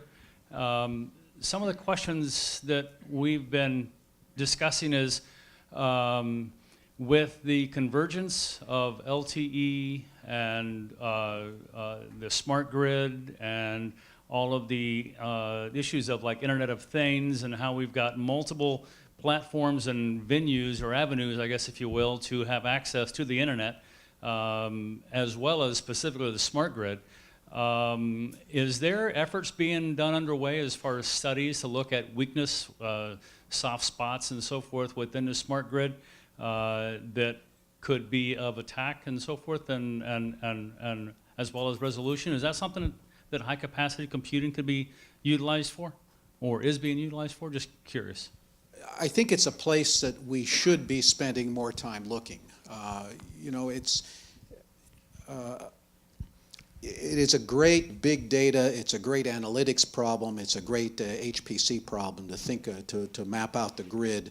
And it's exactly in the domain of what our national laboratories do in terms of virtually testing things that you don't want to do in practice, whether it's a nuclear weapon or it's cascading failures of the grid due to some vulnerability you've detected, either man-made or natural. And so, you know, creating the ability to make intelligent inquiries and test the infrastructure is a place that would be nice to go, you know, as we model the grid in more detail. There are things that we do in pockets, but I don't think we have the versatility right now to ask the kinds of questions that we could be asking. I understand the piece about the proprietary issue, as well as having 500 and some odd electric utilities across the United States and so forth, but also in various venues and meetings that I've attended, it's made very apparent that some of our adversaries have a much better vantage point, viewpoint, and mapping of our entire electrical grid than we do. And we're not doing this because of proprietariness, legal concerns, and so forth, whereas they don't have those concerns. Is there some way of being able to address those issues? Say, like, for example, breaking into the main servers in China and downloading information for us? Just kidding. Buddy, that one's for you, right? I will say that I know at Oak Ridge we have a cybersecurity research team that is looking at exactly this particular type of problem. among other problems. So it is going on at the national labs, and we're certainly not the only lab that's working on this problem. Well, that's good to know. Thank you. I'm cognizant of time. We've got about 2.5 minutes. I have just a couple closing remarks, but we can take another question or two. Gentlemen, right here.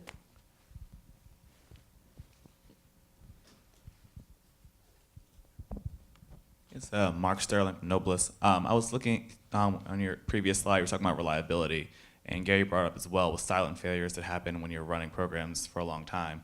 I was wondering, as we get to the exascale level, it can only be exacerbated. So how, given the programs you have that run for 3-4 weeks at a time, how was that mitigated, or is it? And could you expand on that a little bit? Well, this is certainly a research problem that's being worked right now by many different organizations to try and have mathematical algorithms that check themselves. And if they find that there's a silent failure, then you can go back to a prior checkpoint prior to the failure or something like this. So, I mean, that's one way to do it. There's also ways of working on the hardware so that the hardware has higher reliability, so that even if the underlying circuits might have a failure, maybe you do redundant computation. I mean, as we've said, the flops are free. It's the data movement that's expensive. Well, do the calculation 3 times and see if you get the right answer 3 times, or at least 2 of them are the same, you know, something like that. So there's many technologies that are being looked at for how to deal with this. Any other questions? Way back.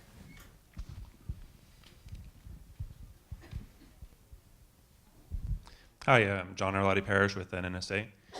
With the growth of the capacity of the hardware within the high-performance computing, how does that impact our ability to capture the essence of nature within the software that simulates it, if that makes any sense?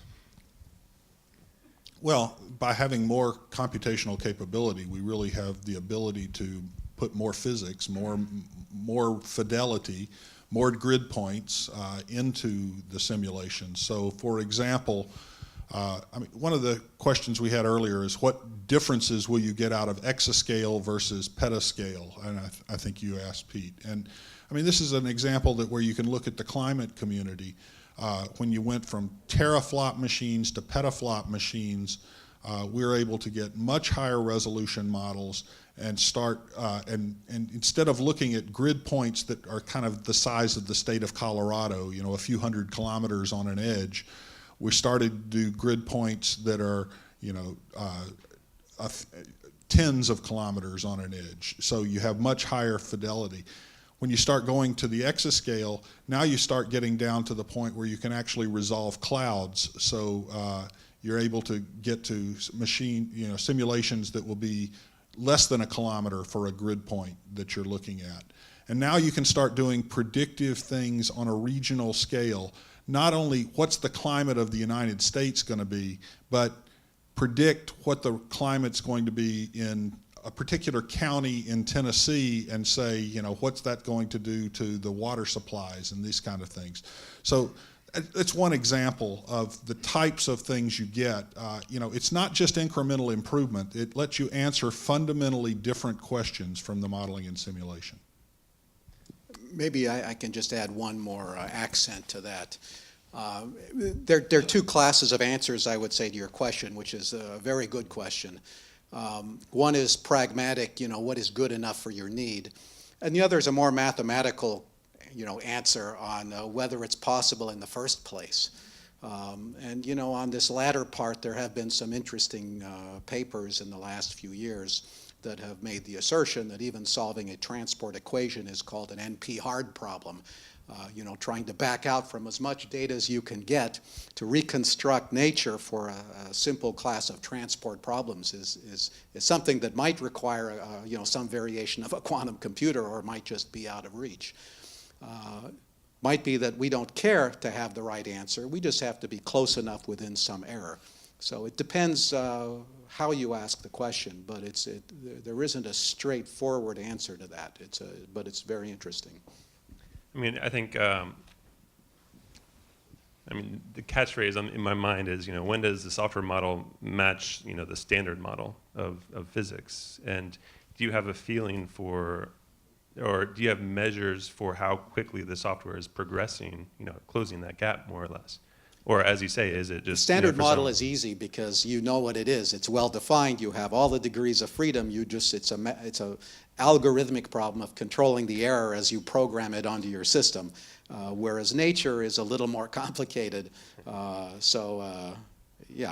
I'd try and answer your question with the standard model because then you could.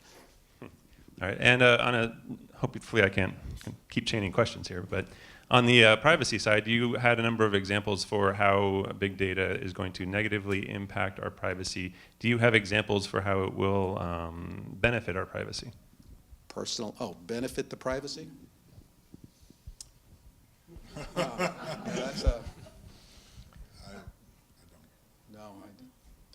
don't have a good one there. That'll be definitely... There are other benefits, but privacy is not one of them. Yeah, I mean, just in closing on that statement, again, depending on who I've been talking to, I can talk to folks in the Office of Science who talk to me about open science and, don't lock down what the science of science is trying to do. And I can, of course, say, well, how do you know the people that you're collaborating with are the people you should be? And that's where, you have to bring identity into play. But that's some of the topics and policies that we're addressing in this identity, credential, and access management space as well. So that's a to be continued, but a great question. Well, that concludes the day. I wanted to leave everybody with just a thought as you read the mission of energy in the future, what our mission is at the department: to ensure America's security and prosperity by addressing its energy, environmental, and nuclear challenges through transformative science and technology solutions. Subliminal messaging there is, I think, a lot of what's happening in our supercomputing arena, whether it's orders of magnitude, behind the scenes, direct line of sight, in my view. So when I reread that months ago, it was sort of the starting point of how can I tie HPC without it being said in that mission, but there's the word technology, and technology means a lot to different people. But I hope you walk out of here today with a much deeper appreciation for the awesome work that our speakers, or as we call them, trailblazers, or I do at least, are doing in the community. So I want to thank Buddy and Dimitri and Jeff and Doug and Gary for hopping on planes, trains, and automobiles to get here. Obviously, everybody who attended and the folks on the Ustream. Shout outs to my team: Antonio, Dan, Jay, Earl, Whitney, Jason, Barbara, Dr. Binkley, Dr. Pino, Bayan Bruss, Anuj, and Virginia Aragwin, and all the folks in the back for helping make this, hopefully, a rich experience for everyone. We hope you'll be back. Tentatively, we'll hopefully have another summit in the next 3 to 4 months. We're sort of targeting the identity management arena. But with that, please stick around as much as you want to catch up with these folks who are amazing individuals, and thank you again for your time. So have safe travels.